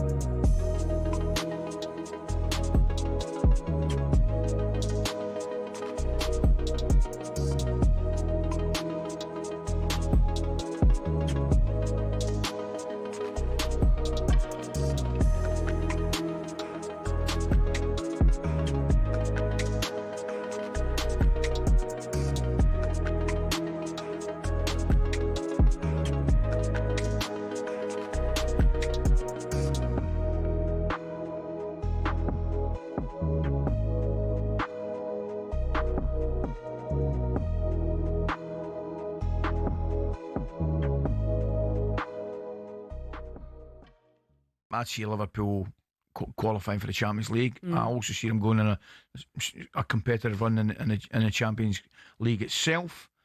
And I think Arne Slot will be at Liverpool starting next season, and he should be, I think. They say, I mean, his agent says, look, he's moved away from coaching now, and he said to be very happy with his new role and environment. The only jobs I think would tempt him back into management are of the German national team or the English national team. I don't disagree. They're the two that I could see him absolutely coming back for. Yeah. I mean, Real Madrid, PSG. I mean, the Real Madrid's a big challenge for anybody, isn't it? And getting those kind of Galactico signings to do the running required, the heavy metal football. I think it would be a lot. And I know Klopp wasn't always the biggest fan of some of the media in the UK. The media around Real Madrid is phenomenal. Is insane. Yeah, it would. Well, why would you risk your reputation in a job that is littered with the sort of carcasses of those who've gone before? Yeah. And I guess, considering he was a direct rival of Pep Guardiola for several years, will he feel like maybe he should have more league titles, more Champions League titles? Because he probably feels he should have more titles. Would he like...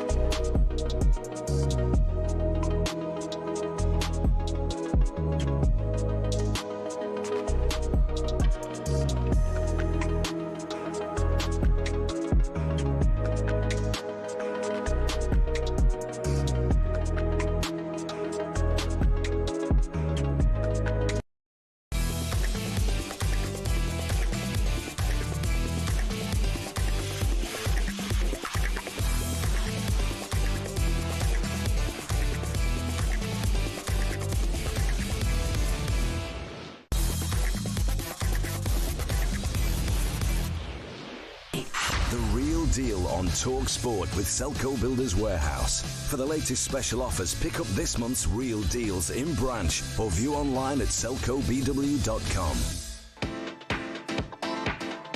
So let's pick out who's been the real deal this week with Selco Builders Warehouse.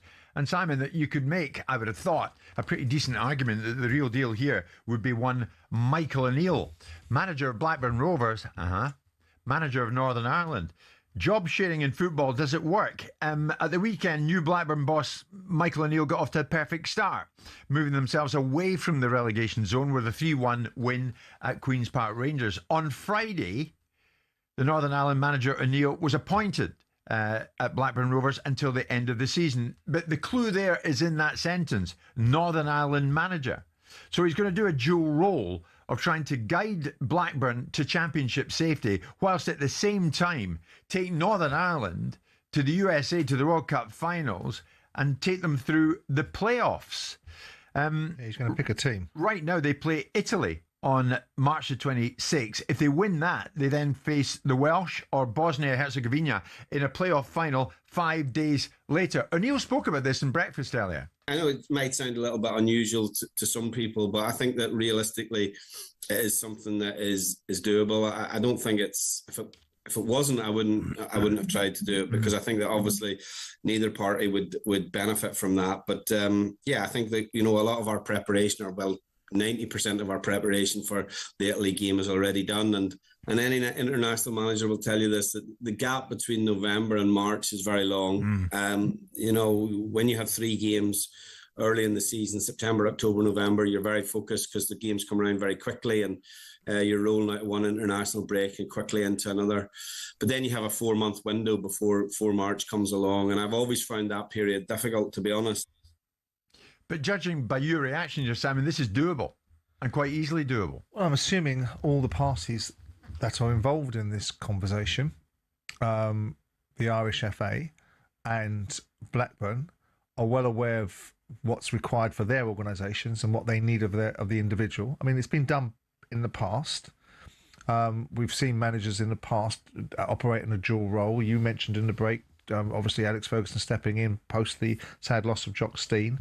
Yeah. And we've seen, I think Dave Sexton did something for England, but it was England B back in the day. Look, I mean, what does it say to you about international management? It doesn't require the same calling as domestic management, clearly, because it's got a different set of game parameters, it's got a different set of access to players, and clearly he feels that he can do both. He can actually perhaps keep himself more energised by managing a domestic side at the same time as waiting for opportunities to land and games to be played for Northern Ireland, and he can also potentially see players firsthand by potentially having a team that's playing against players that he might want to select for his national side.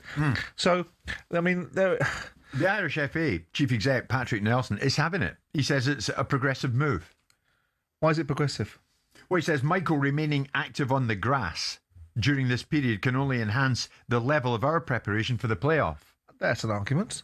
So while he's working with Blackburn, that's an argument. So, tactically, etc., he can be thinking ahead to the playoffs with Northern Ireland. So the English FA are not progressive then, because they haven't given Thomas Tuchel an opportunity to do a part-time job for a domestic club. Different horses for different courses. Well, could Tottenham have brought in Pochettino now, in the build-up to him going out to the US and looking after America, the host nation, maybe for the last time? Could they have done?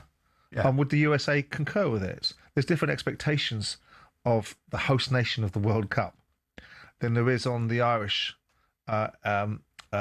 task for their job. I'm not suggesting it's not valuable to the Irish supporters. I'm just saying there's a different scale of job with different expectations, given you're the host of this country, different scale of job and media attention and expectations of England.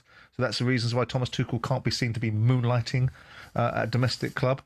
Would you be happy, Simon, as an owner, if your manager had just taken the job? Yeah, I agree to become a new manager, but in the meantime, I've got playoffs at international level. I wouldn't. It depends if I'm approaching him on the basis of asking him to drop his country and forget that he's got an obligation there, and expect him just to. If I was so desperate to get Michael O'Neill, and that was the one I'd wanted, knowing that he had big responsibilities in front of him and he's unlikely to give them up, I would have known that before I spoke to him. Or we got to a point where I'm going to offer him a job. I've got Northern Ireland to manage. I've gone back to them. I had a period at Stoke which wasn't hugely successful, but you're looking at me to do a job for you. You know, I would know prior to sitting down discussing terms with him that his responsibilities that he feels he has is to manage Northern Ireland, as well as take up the opportunity and bake it into my thinking and ask him, how does it work? How does it work? The 19th in the Championship, Blackburn. But that's not his doing. That's other people's doing. Correct. He's just but it's his job now to keep them up. What would be the bigger achievement?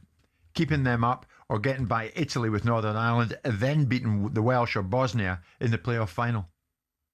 Oh, I think if the Irish qualify for the World Cup, I think you'd have to consider that to be very significant, because you've got the games in front of you that you've got.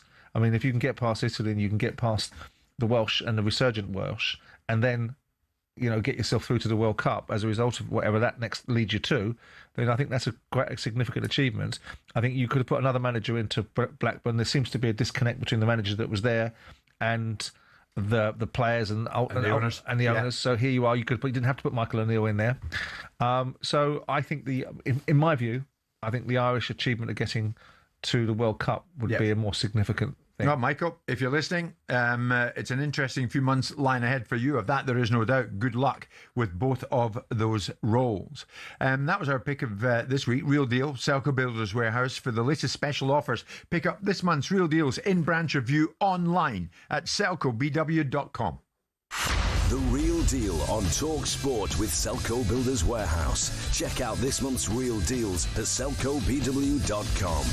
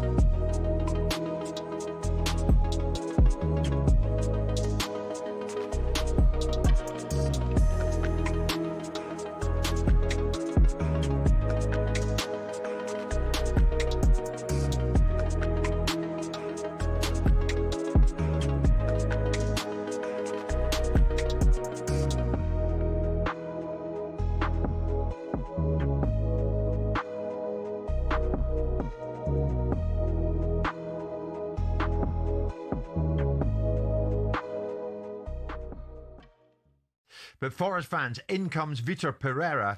Is he the right choice? And Thomas Frank has gone. In comes Igor Tudor. So Frank for Tudor, Deitch for Pereira. Do those pivots give you more or less confidence of Premier League survival? Basically, that's what it comes down to, isn't it? Because you do not want to drop down to the Championship. 03717 2233 44. Danny, big Forest fan. Good morning, Danny. What about it? Vitor Pereira. And where are you, Danny, with your owner, Evangelos Marinakis? What is he about? Good morning, guys. Thanks for letting me on. Morning. Yeah, I think the thing with Marinakis is that if he makes a mistake, he corrects it. I mean, we could talk about a lot of clubs in the past, Man United being one, Tottenham in some circumstances, when they basically hammer the manager, but nothing's done about it. Mr. Marinakis has basically taken a club from Championship, took them into the Premier. A bit soon, but he got them into Europe as well. And in respect to his actions of firing Nuno basically did that himself. You can't do your washing outside and expect no consequences.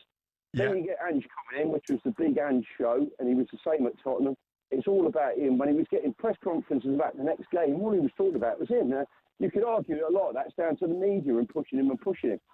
And then you get Sean Dyche in, who's got links with Forest. I get all of that. But he was just, he wasn't performing. You can argue with the stats, and if we'd have kept him, he might have kept us up, etc., etc. But the most important thing which has been hammered is the fact that we need to stay in the Premier.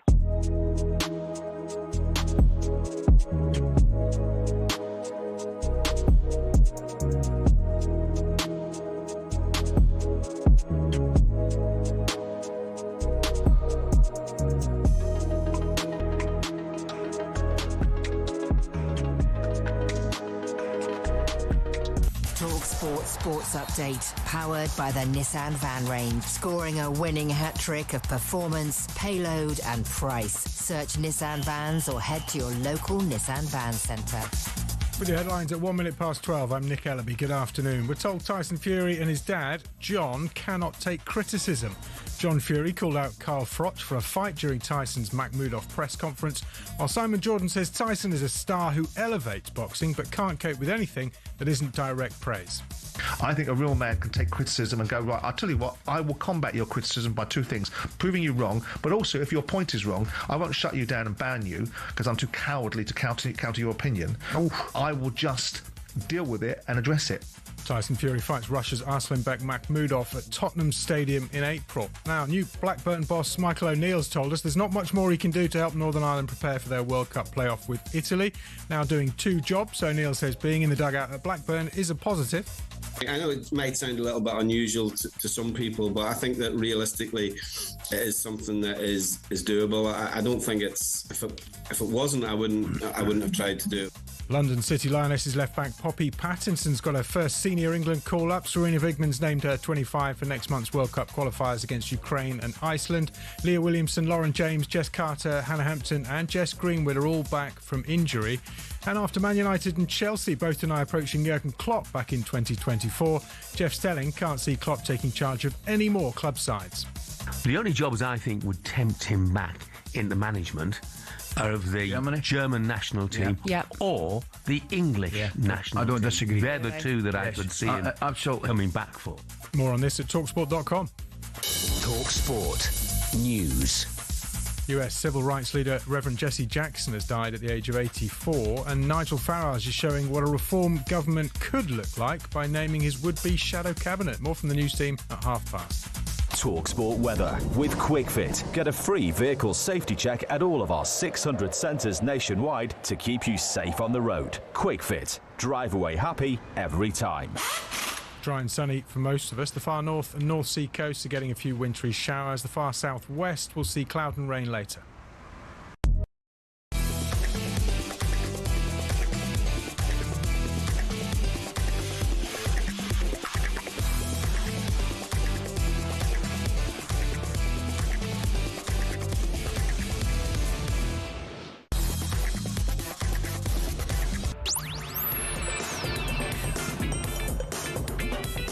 Good afternoon, everybody. 3 minutes past 12 noon. It's Jim White and it's Simon Jordan. We are live in talkSPORT, also live on YouTube. Wherever you want to watch the show, you can do just that, even on Prime Video. A lot to get through in the final hour today. We're going to be joined by Boxer Chief Executive Ben Shalom, who, of course, has promoted some of the biggest names in the sport of boxing, not least Chris Eubank Jr.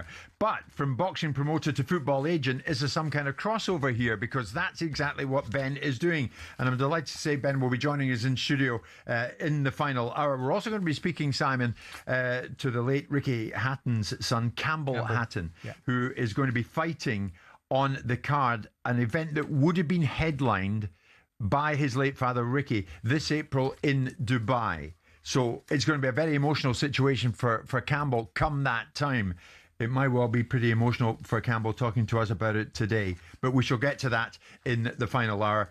And the final hour we are already in. Simon, yesterday, and this got a lot of reaction. We were speaking at the weekend, the match on Friday night, the FA Cup tie at Hull against Chelsea. You might recall that the Chelsea players were widely condemned. And if you're watching this at the moment on YouTube, there's the Chelsea players arriving at the Hull Stadium on Friday night. They were condemned for what was deemed as arrogance after Chelsea themselves posted a video of the players arriving pre-match, walking towards the dressing room with headphones on.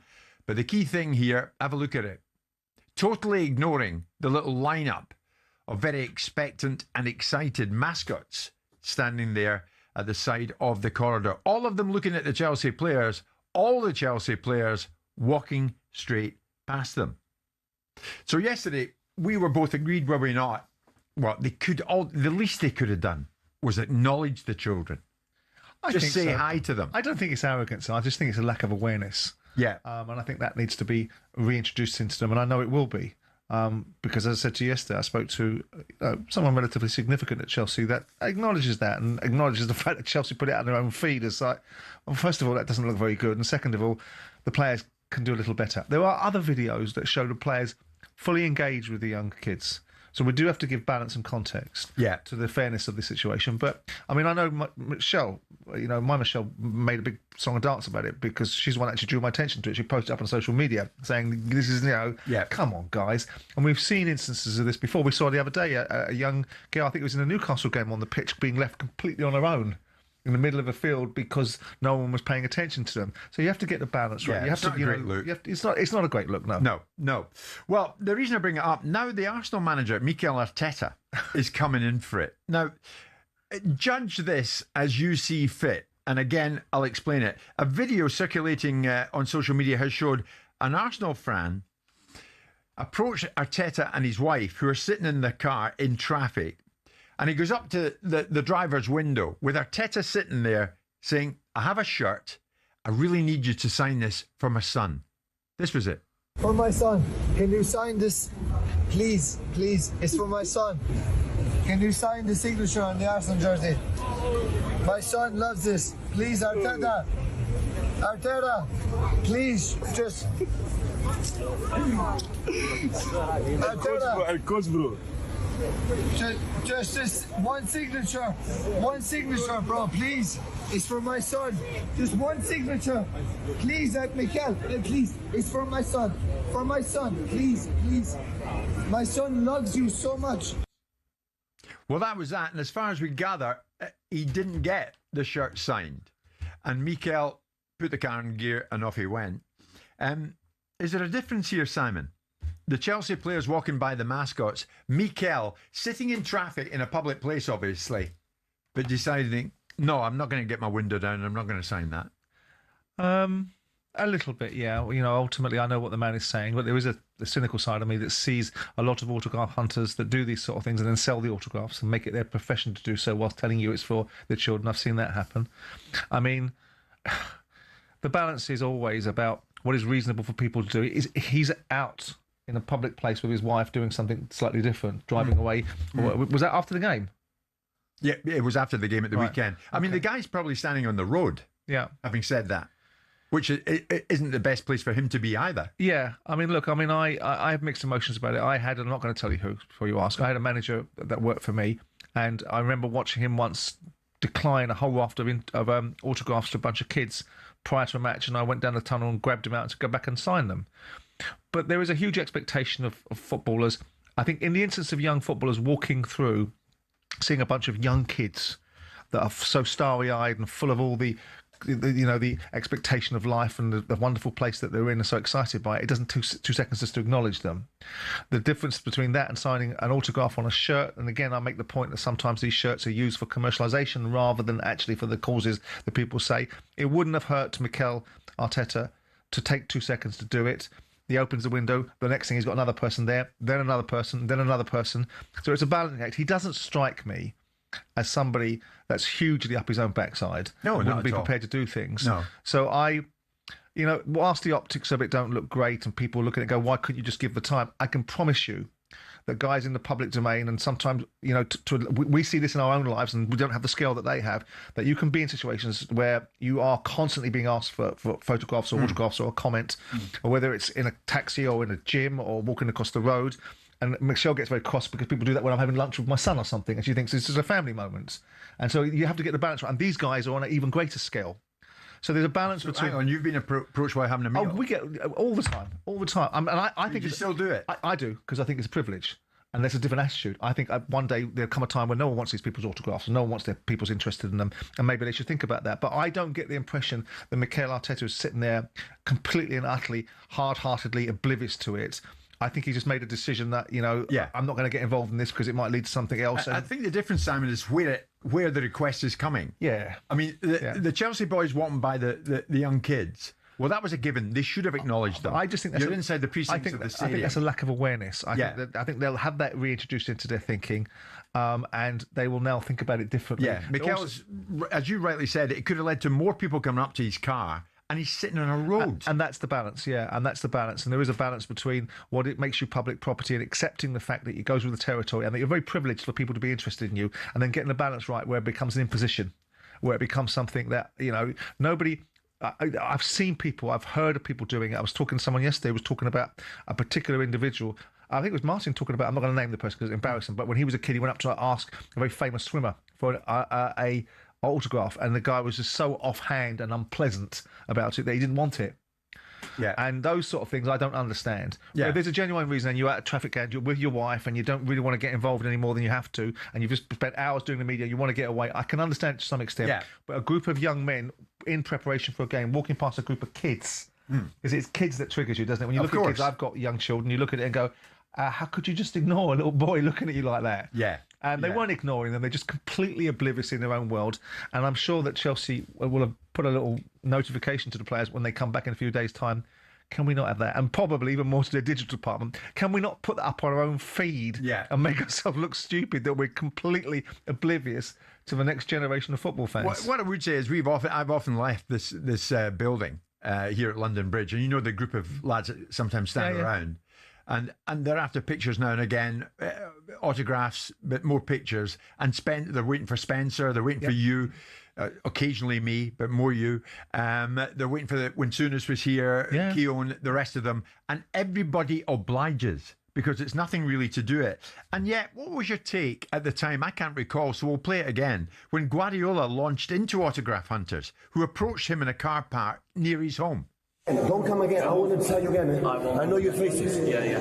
Go to the school and prepare yourself, guys. You are age. You are young. You are old. Yes. You are young, guys. You don't be here. Waste your time. Okay. You want to live your life doing this? Or honestly?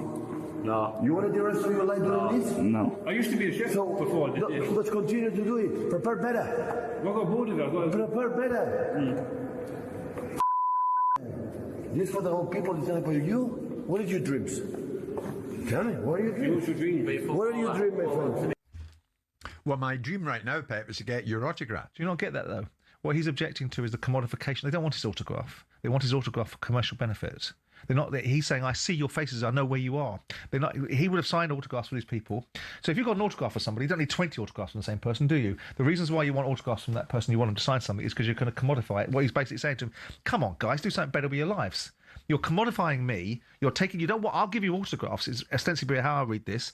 If you want an autograph, but you don't want an autograph. You want my autograph so you can sell it. And if that is an easy way to exist, what a lazy way to exist in life. Why don't you go to college and do something? So whilst I was getting those autographs, I wouldn't appreciate the lecture, if that's what my main income stream was. I also understand why Pep Guardiola is saying it. Yeah. An interesting message there, Simon, and I will put it to you. Arteta probably did the right thing, not winding his window down in the middle of a busy street. To some extent, yes. Simon, remember what happened with you. Well, I didn't wind my window down. Someone stuck a gun in the window. That's a different dynamic. But there's a security issue here. Yeah, that's why I vilified him. Who knows who the guy is with the shirt? Would you sign it? The window comes down. Then he's exposed himself. And he's with his wife. And who knows? Arteta's sitting. His wife's going, "Don't, come on, darling, don't." So he's got that conundrum because there's a point in that video where he looks like he's going, "I kind of think I should." Because we all know, even in the back of our recesses of our mind, people in the public domain, that actually someone asking for an autograph is actually an immense form of flattery. I mean, the individual who terrorised, I know you don't want to relive it, and why would you? But the individual that terrorised the life out of you and your late dad. Yeah, my dad, yeah. When he came up to you in Croydon. Yes. You had no idea what he had in him. He had a gun in him, but an imitation gun or a gun. Well, I didn't know it was an imitation gun at the time. No, of course. It was a gun that was stuck in the window of the car and told me to give him my effing watch. Yeah, you had no idea what was about to happen. Presumably your window was down anyway, or you driving a car with no roof in it or whatever. No, the window was down. I just happened to be stuck in traffic, and then the motorcyclist that had been following me, which was proven, shown on Crime Watch, was following me, had followed me all down the road since I picked my father up from the hospital, pulled up next to me and told me, and stuck a gun in the window and said, "Give me your watch." Now, unfortunately for me, it was a day that I'd chosen to wear a very expensive watch that he got, but then he got 13 years. Okay, so Mikel, maybe you did the right thing. Maybe that chap will get your autograph one day. 12:15, Jim White and Simon Jordan live in talkSPORT with Selco, where the trade goes.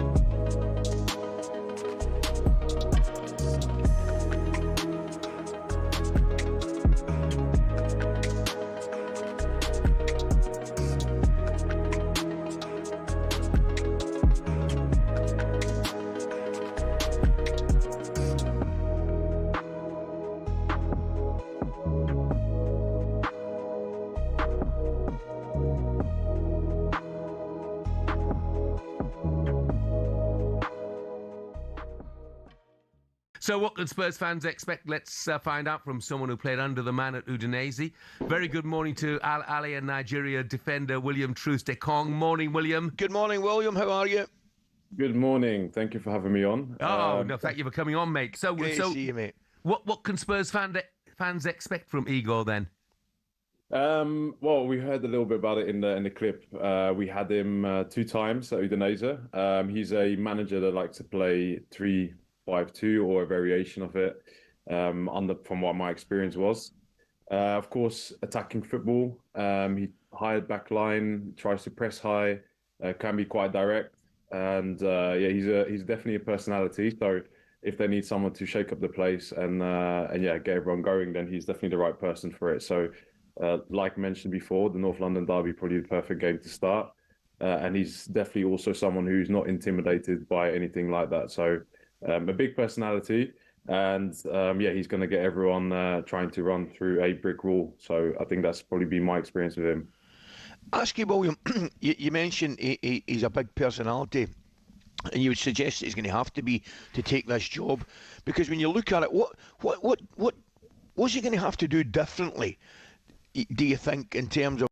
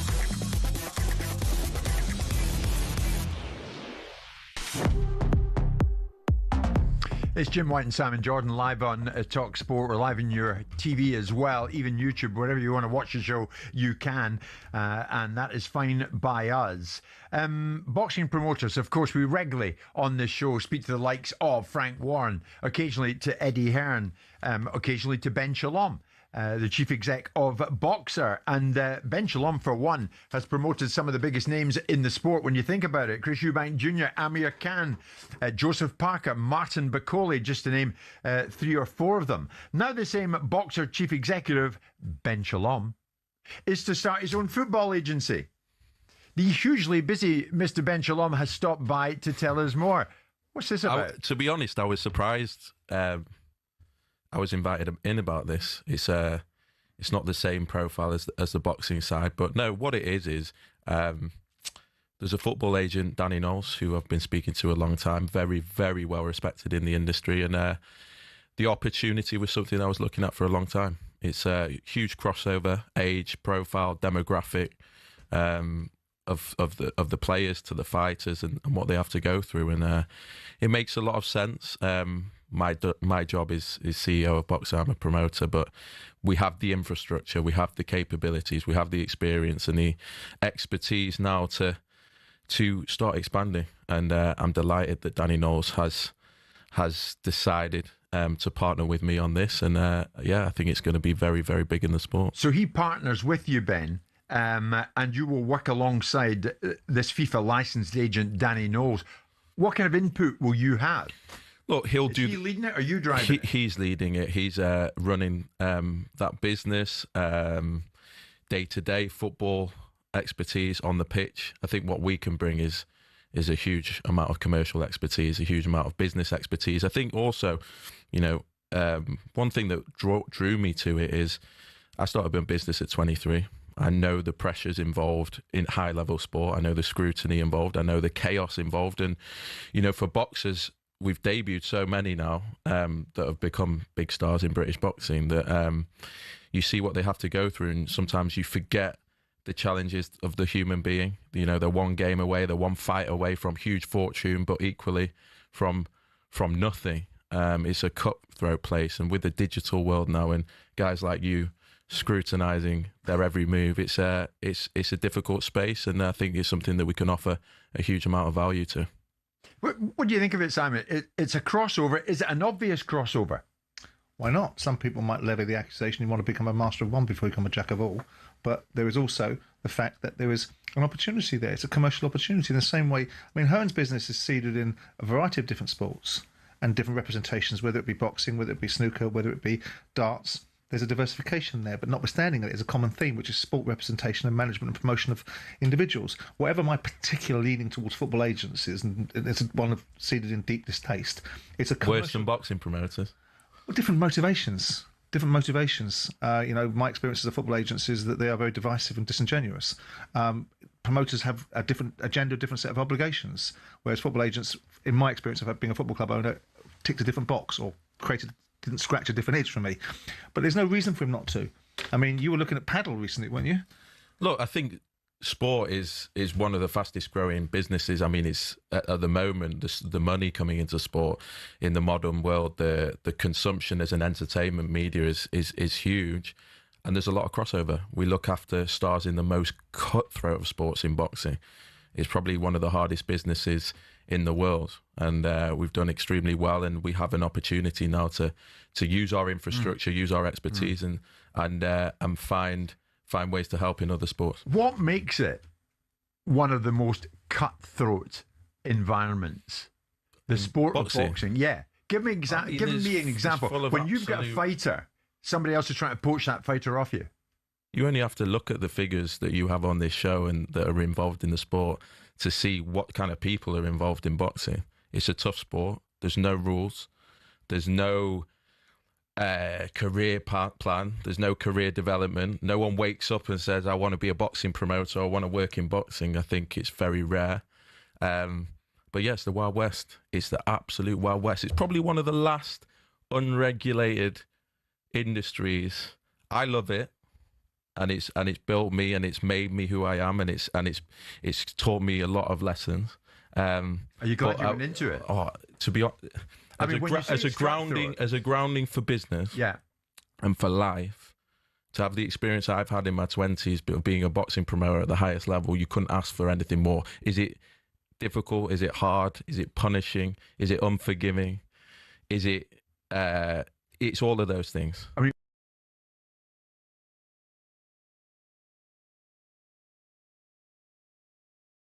done some cutting of throats.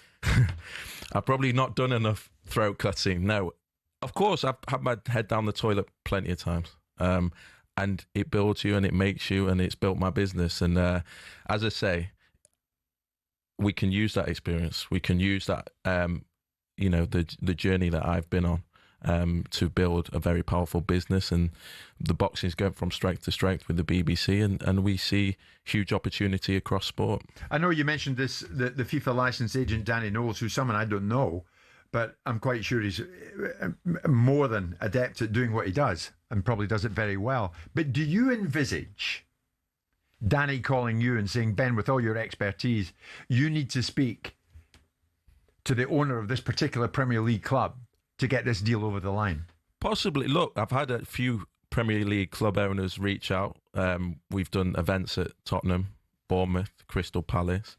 So, of course, we have those connections, those opportunities. But Danny is you want to be an expert in your game. It's like what Simon said. I believe I am now an expert as a boxing promoter. I'm not as a football agent. Danny Knowles is. He has a huge opportunity to become, I believe, one of the biggest agents in the sport, and we'll give him all the backing and support that he needs to become that. There are loads of different football agencies, Ben. What will make yours different? We're going to focus on grassroots. When I came into boxing, I always focused on the new talent, the talent coming through. We've already signed 5 players under the age of 23, 24 who are breaking into first teams and are in first teams around the country already. And we want to give them that development. It's using that boxing experience where they do go through battles, they do go through challenges. You know, it's a needle in the haystack sometimes making it a high-level professional sport. And I think we're going to probably offer more support, more understanding, more awareness of what they need to do off the pitch. As a promoter, you have to focus even more than a football agent around their commercials and their promotion and their profile outside of what they do. And I think we can offer that to footballers up and down the country, and especially the young domestic players coming through. I think, Simon, you've often said to me, football agents should at least put more than they do back into the game. Do you intend to put a degree of what you earn back into the game? Look, my day-to-day is boxing. I don't necessarily need to do this.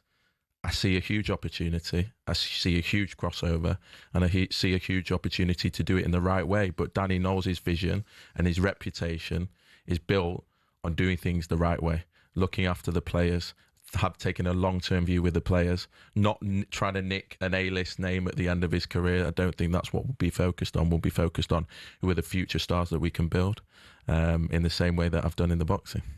Let's stick for a moment, Ben, to the sport that we truly do associate you with, the sport of boxing. The Furies heralded their arrival back in the sport yesterday with Tyson and the announcement he fights Makhmudov late April.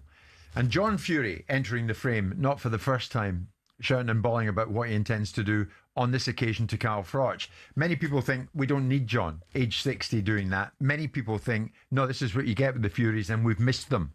Where'd you stand on that? You know what? I had 2 friends reach out to me yesterday about yesterday's press conference, and all they spoke about was John Fury. So in a fight where Tyson's expected to win, an intriguing fight because he's coming back after a long layoff, but in a fight that he's expected to win, you want talking points, and as unsavoury as it might be at times, he creates noise. He knows exactly what he's doing. Exactly what he's doing. What is he doing? He's creating headlines, he's creating mayhem, he's creating chaos, he's creating numbers, he's creating digital attention. Sometimes the broadcasters don't like that. Sometimes the sponsors won't like that. Sometimes they won't be associated with it. But you can't deny the attention that it brings, and it certainly has brought attention to what is a huge event, the first UK event live on Netflix, which is absolutely monumental. There'll be a fantastic undercard that night that we hope to be involved with as well. And fair play to John Fury. I think he makes noise. It's not everyone's cup of tea, but that's boxing, isn't it? So as a promoter, Ben, you welcome it. It's boxing. I used to think it was this and it was that. I used to say that maybe we shouldn't be doing that. But then, you know, it is boxing. It's a fight game. Things are said that shouldn't be said. Things are done that shouldn't be done. And actually, people like that can succeed in a sport like boxing, and who am I to say that it shouldn't be done? And you mentioned that you hope to be involved in the undercard that night when Fury comes back and faces Makhmudov. Are we talking about you and an involvement with Jamie TKV fighting Richard Riakporhe? I will let those guys announce it, but that's a fight that's been rumoured. That's a big, big fight. Richard Riakporhe was actually the first boxer that I ever signed. And Jamie TKV started with me from debut and has become British champion out of nowhere. So it's a huge British fight, a huge London fight. But the card that they're putting together for that night at Tottenham Hotspur is absolutely insane. And I think one of the special nights live on Netflix in April will be big things for British boxing. Before you leave us, Ben, we spoke there about the impact that the arrival of John Fury at the proceedings yesterday actually has had, and it's had huge coverage. Do you think at the moment there is something of a vacuum in terms of personalities coming through in heavyweight boxing in this part of the world? There is, and there was always going to be. Anthony Joshua and Tyson Fury are once-in-a-generation personalities, profiles. Just very talented heavyweights coming through. Can I see who's going to take over the mantelpiece? Can I see there's someone that's going to bring the attention? I think Anthony Joshua had the Sky Machine behind him and he became a phenomenon. And he looked the part and he was a gold medalist and everything fell into place and he carried it well. Tyson Fury, really off the back of the ESPN Wilder fights, became a global superstar. I think you need the platform and you need things to fall into place. Things can happen overnight. But right now there is a problem. There is a problem, and Tyson's right. You know, boxing's a better place when he comes back into it. It's true.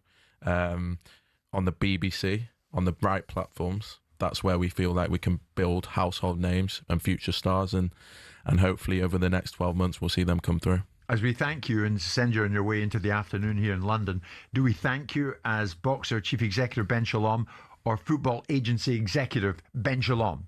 Definitely the boxing promoter. There you go. 12:30.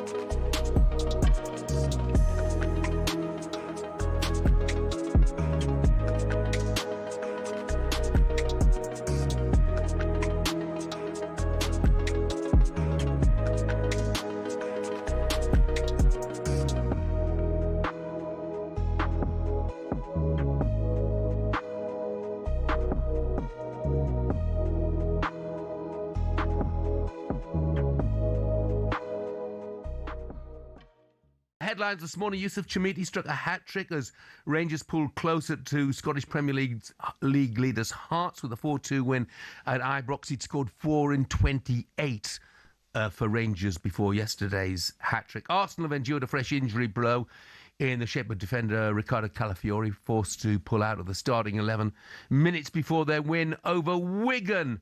Wolves and Arsenal. Wolves coming up this week for the Gunners. Manager Mikel Arteta admitted he is worried about the situation.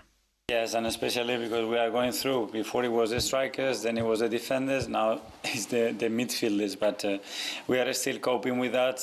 But yeah, we need some players back and fit, and to give us as well not only numbers, but different options in relation to the opponents that we have. So the quicker they are, the better. We're still coping, did he say that? I mean, seriously, when it comes to injuries, Mikel and Arsenal fans shouldn't expect any sympathy whatsoever with the size of the squad they have got. You know, I know they've had some injuries, but the squad is humongous. No, listen, I think they're north London rivals, if there's any sympathy, and I doubt there will be from opposition football fans, but if there's any sympathy for a team with injuries, I would suggest Tottenham might just be top of the list. Yes. If there's any getting thrown about. Yeah, completely agree. He's not going to be pushed to name a starting 11 and a squad of internationals on the bench either, is he? Come what may.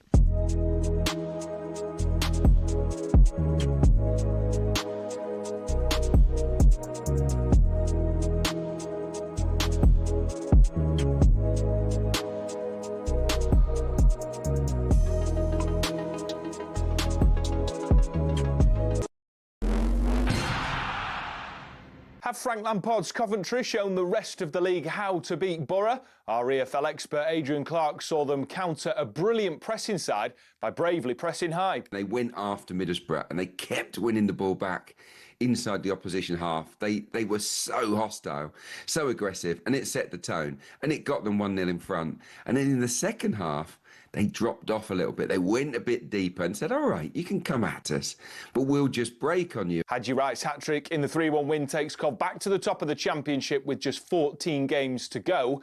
In the FA Cup, Macclesfield are out, but Brentford boss Keith Andrews went into their dressing room to congratulate them. I think they've got a lot of spirit, a lot of character and a lot of talent. And I just said, you gave us a real test tonight that I was concerned about coming into it. Now, Jurgen Klopp's agent says Manchester United and Chelsea made an approach after he left Liverpool. Both clubs deny that, though.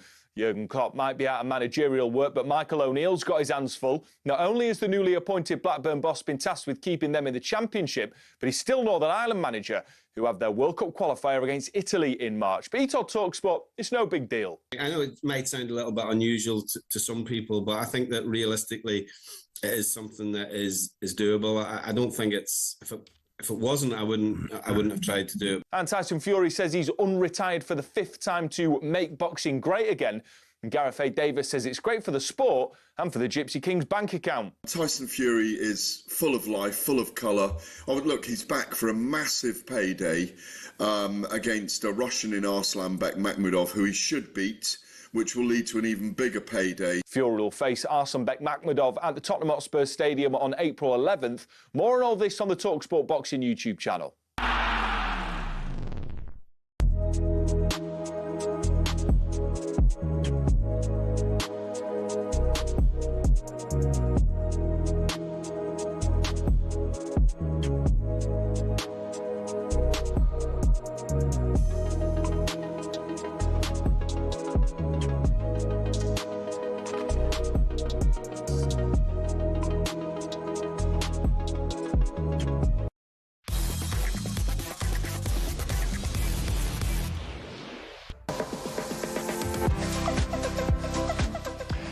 Just gone 12:30 this Tuesday lunchtime. Of course it is Tuesday lunchtime. Forgot my days there. Tuesday, February the 17th. Jim White and Simon Jordan live on talkSPORT. Again, as always, thanks to everybody who is sending in observations, messages, notes regards what we are talking about on this show. And thanks to Ben Shalom for stopping by. A foot in the boxing camp, well, more than a foot, a significant player in that industry, and now in the world of football as well. But Simon, I want to stay in the world of boxing, because it was known, and of course it was widely known, that the hugely popular Ricky Hatton was scheduled to fight. Last year, he was going to fight a fighter by the name of Isa Alda in what was being billed as Ricky's first professional bout since retiring in 2012. And then, of course, we all got the news that devastated everyone, and everyone in the world of boxing and beyond, that Ricky passed away last September, aged 46. And boxing and everybody within it is still trying to get used to that Ricky Hatton is no longer around. Well, now it's been announced that Campbell Hatton, son of Ricky, will fight on the undercard of what would have been the event headlined by his late dad, Ricky, this April in Dubai. The show will be dedicated to the late Ricky Hatton, and the proceeds from the event will go to the Ricky Hatton Foundation, his charity that is focusing on helping those with mental health struggles. And Simon, I'm delighted that the boxer and son of Ricky Hatton, Campbell Hatton, joins us on the show this lunchtime. Campbell, good afternoon to you. Where do we start? I mean, I would have thought this is going to be an emotionally charged occasion for you, isn't it? Yeah, it is. Obviously, it should have been my dad topping the bill on the card, and it'll be an emotional night for the family. I think it'll be a positive one because it's got me, Jack, and Lola all on the card, fighting in my dad's memory. So, I think it'll be great for the foundation and great for my dad's legacy to keep on helping mental health after his pass. So it'll be a good night, but definitely a difficult one. You've been doing so much for the foundation. Tell me more on that. Campbell, can I ask you as well? Tell me about some of the challenges that you have faced since the news came through, and of course it would devastate you, of course, that you'd lost your dad in the circumstances that you lost him last September. What kind of challenges have you faced on a regular basis? Yeah, it's been horrific, to be honest. As a family, we're all crushed. We'd noticed how much better he seemed to be doing in the last couple of years, really. So it was a massive shock. But that's mental health for you. A lot of the time, you don't know. You can't always get a picture of how someone's feeling from the outside looking in.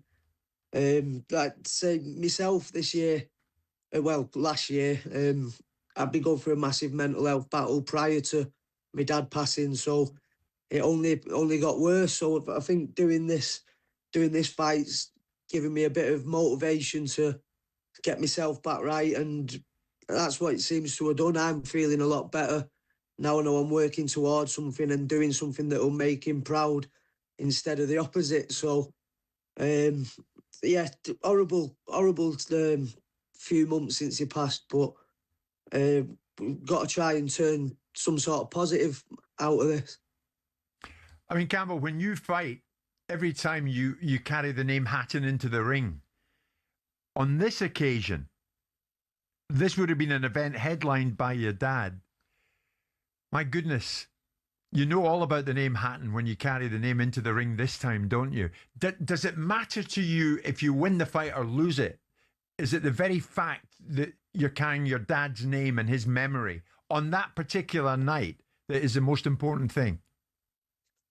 No, I'm doing an exhibition, so there ain't a winner in my fight, but the only thing on my mind is going in there and just carrying the fight out in his memory and doing him proud, because there's been a lot in the last 12 months that where I was going down a bad path, which I wouldn't have been proud of. So I want to do that. I want to try and put things right with him, and I like I say, just do things that will make him proud and raise awareness for mental health at the same time. So that's all it's about for me at the minute.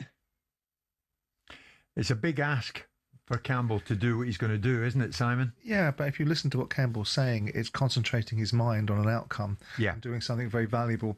You know, I spent some time with his father. I did an interview with his dad on Upfront a couple of years ago, and I felt he was in a very good condition. Obviously, no one knows the circumstances of someone's life.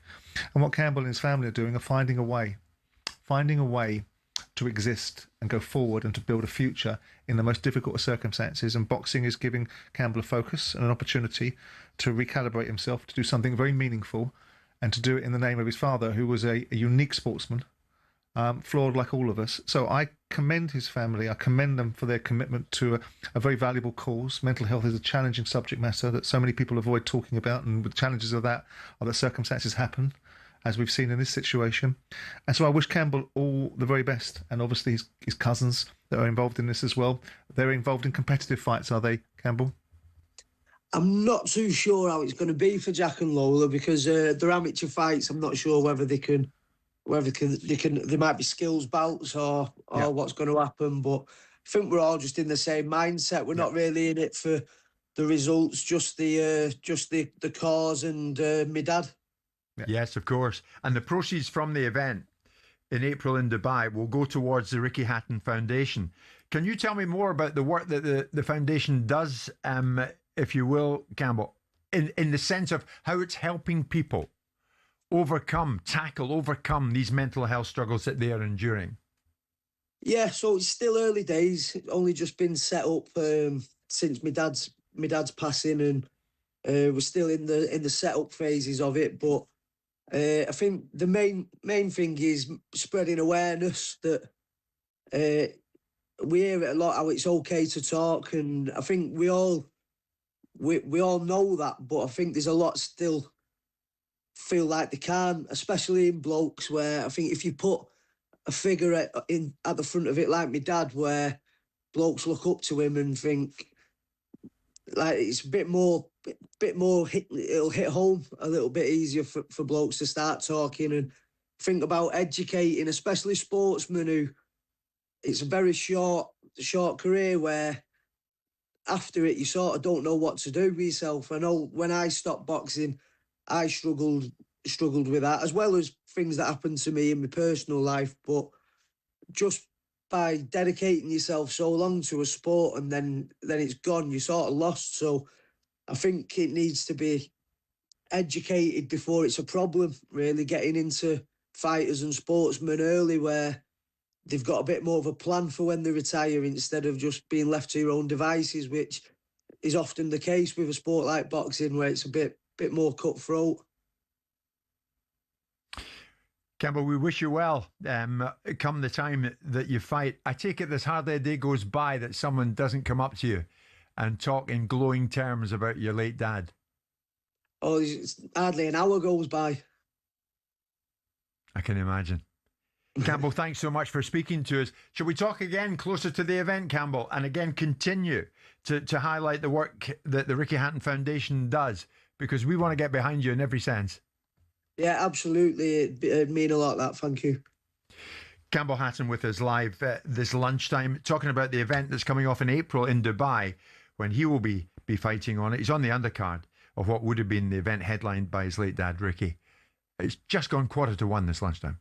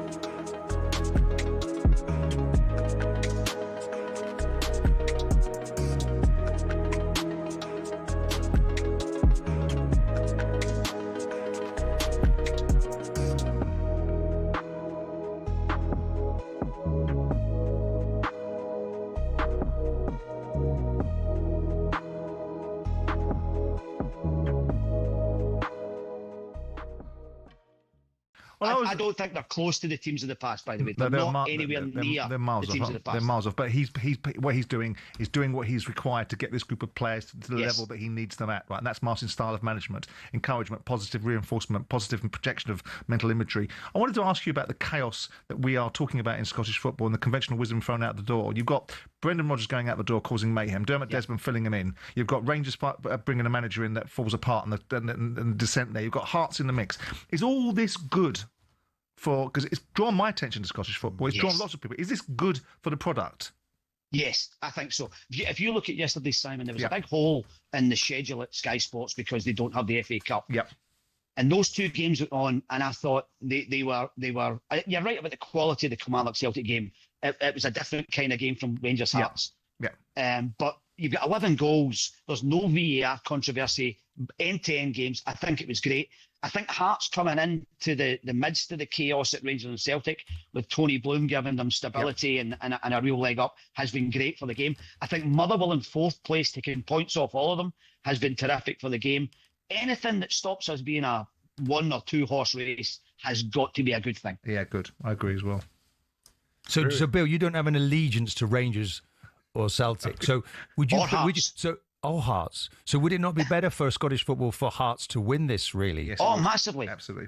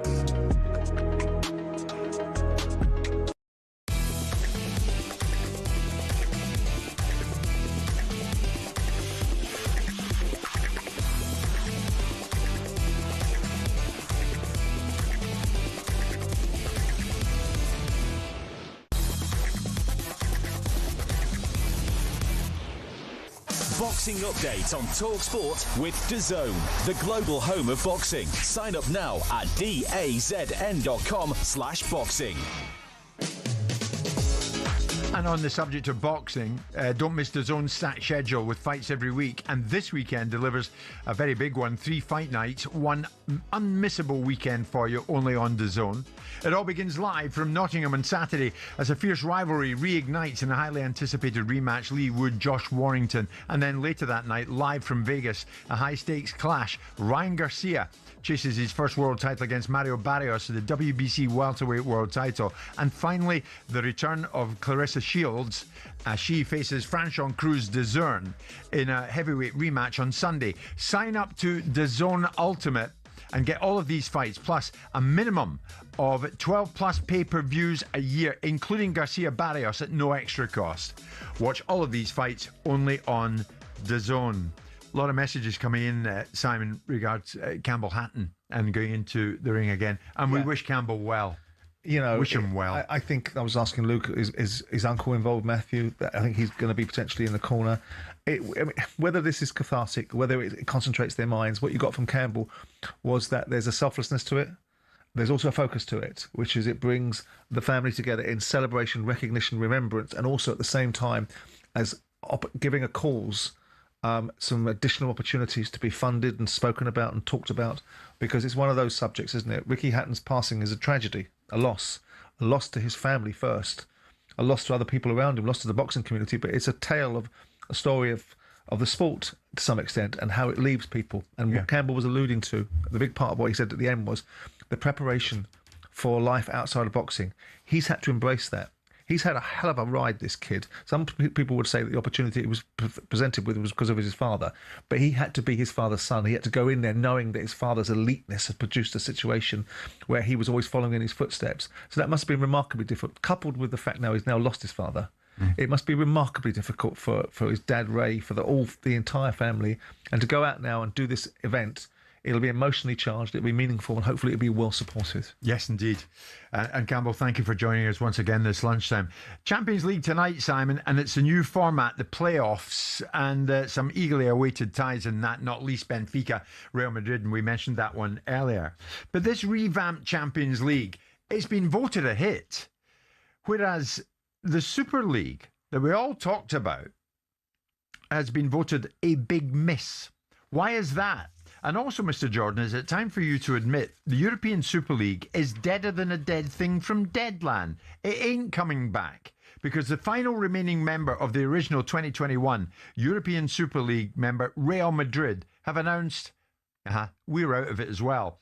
So Barcelona withdrew at the weekend. Before that, Real Madrid have pulled out. Yeah. There ain't nobody left.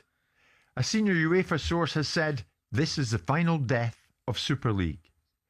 Now, you always told me, and everybody else that was listening, will it come again? It'll be back. It will come again. Maybe not in the guise that was presented. It won't come again. It's gone. It will do. It's deader than a dead thing from Deadline. But we should want it to. Not in its format that we disagreed with. What did we disagree with? We disagreed with lack of merit. Other than that, where was the hysteria? The hysteria was the idea that somehow it was going to be based upon no merit. And that's what should have been excluded. And when I spoke to, say, Andrea Agnelli, he said that was the first iteration. If the objection was about merit, then we were going to remove that and push back against that and say, OK, we'll have merit involved in it. So really and truly, why should we want? We complain about these organisations that are opaque, that we don't have any visibility of, that do what they want when they want, and they have a monopoly and they have control over everything and they don't have to account to anybody. Why should we not want competitors to be able to push UEFA to be kept honest and to keep the value in the game? I agree with that, but this wasn't well thought through, Simon, was it? Well, it's interesting. Because it's now floundering on the rocks. And Arsenal, Chelsea, Liverpool, Man City, Man United and Tottenham must look back in it and think, what the hell were we doing? Well, they're the ones that signed up to it. And they're the ones that agreed to it. And you wonder, and again, without wanting to be a perennial name dropper, if you listen to what Agnelli turns around and says, it's beyond the wit of him to understand how these guys all signed up to a legal agreement all understanding there was going to be a tsunami of adverse reaction, all knowing that if they weathered that particular storm, the opportunity was theirs, and they decided to, because of the optics, they couldn't cope with the pressure that they themselves had brought upon themselves by wanting to do this in the first place. So the big thing was A1, I think it was the organisation, that challenged the legal right to be able to have other competitions. Why is it accepted as a principle that UEFA has the God-given right to be the monopoly over European football? I think it's right that there should be competitors. Now, if they don't put forward a competitive proposition that makes any sense and has any embracing from the football fraternity, then fine. But you can't allow UEFA and FIFA to just have their own guidance, their own parameters, without any accountability, without any opportunity to be challenged, without keeping them, from what I say, is not honest because they're corrupt, but honest in terms of their intentions. But how do Real Madrid look? Specifically Real Madrid, who pushed and pushed and pushed for this, and now announcing a joint agreement with UEFA that it's the end of it now, and it's for the good of European football. Do you think that Real Madrid give a monkey's what other people think about them? They don't care. They're a powerful football club with the biggest turnover in world football, and they've got immense support around the globe. They couldn't care less. They don't turn up to Ballon d'Ors if they don't get their players winning things. They couldn't care less. No, I agree with you on that. But it was a big breakaway project, and they were in the vanguard of it. And now what are they doing? Cozying up hand in hand with UEFA, saying it's all over. We're pals now. Currently, and if you believe that it won't come again, if you believe that the forces that own football clubs and the forces that determine the way football's direction of travel is going to be aren't going to come again an opportunity to create more financial commercial revenues, then they're foolish. Now, if they can push UEFA to keep UEFA developing and delivering outcomes for them that they're comfortable with, then maybe there isn't a necessity for it. But what this did was it sharpened UEFA's game up, didn't it? It sharpened their act up. It made them suddenly go and get better commercial deals and redistribute differently, because the byproduct of it was that UEFA suddenly did a different distribution mechanism, changed the format of the Champions League, adjusted to all the circumstances around them, and suggested ultimately that if anyone didn't fall in line with their particular agreement of what they wanted, they were going to ban people. It's the same as saying, I don't like what you have to say, so I'm going to deplatform you. That's the same argument. You've got to be able to have people challenging it. And the flaw, the only flaw of the European Super League, in my view, I couldn't care less if it comes again or not. But the only flaw about it was it didn't have any merit. So if you took that merit out and said everybody's got to qualify for it, where was the problem? Right. Because the Champions League it should be had up under the Trade Descriptions Act. Once upon a time, it was the European Cup, only competed for by the winners of the domestic leagues. It's now been turned into a Super League of construct of teams that aren't champions. So give me a rough idea when this is returning then. Who knows, when someone comes up with a really significant, properly funded proposition that really challenges the Champions League. Yeah. And will next time it comes back, though, everybody involved in it, will they stay in it or will they bail out in it like they've all done here? Well, you have to ask them at the time. Yeah. Because it was, from my understanding, talking to one of the architects of it, the fellow I just mentioned about 4 times, he's gobsmacked that these clubs signed up to a legal obligation, knowing what was coming their way, and then before they'd even got off their stools, sat back down again. Have a look at those people and what they really represent. Was your favourite toy as a kid a boomerang? It was always coming back. I'm just a realist. Oh, on that note, Simon, thank you so much. It is Tuesday lunchtime. Thanks to everybody. And I emphasise this every day, but I'll say it again. Thanks to everybody for getting involved in the show today. All the calls, the messages, we appreciate it. It's 1 o'clock.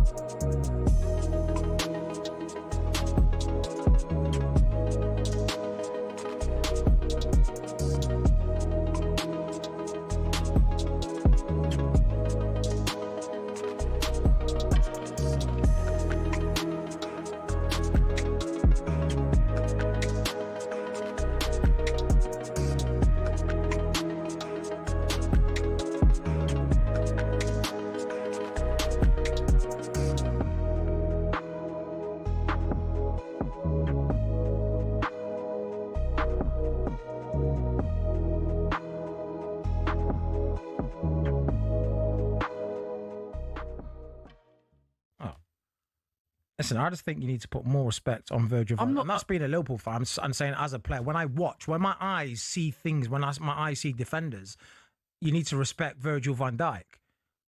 If you look at both of the games, you tell me what's better.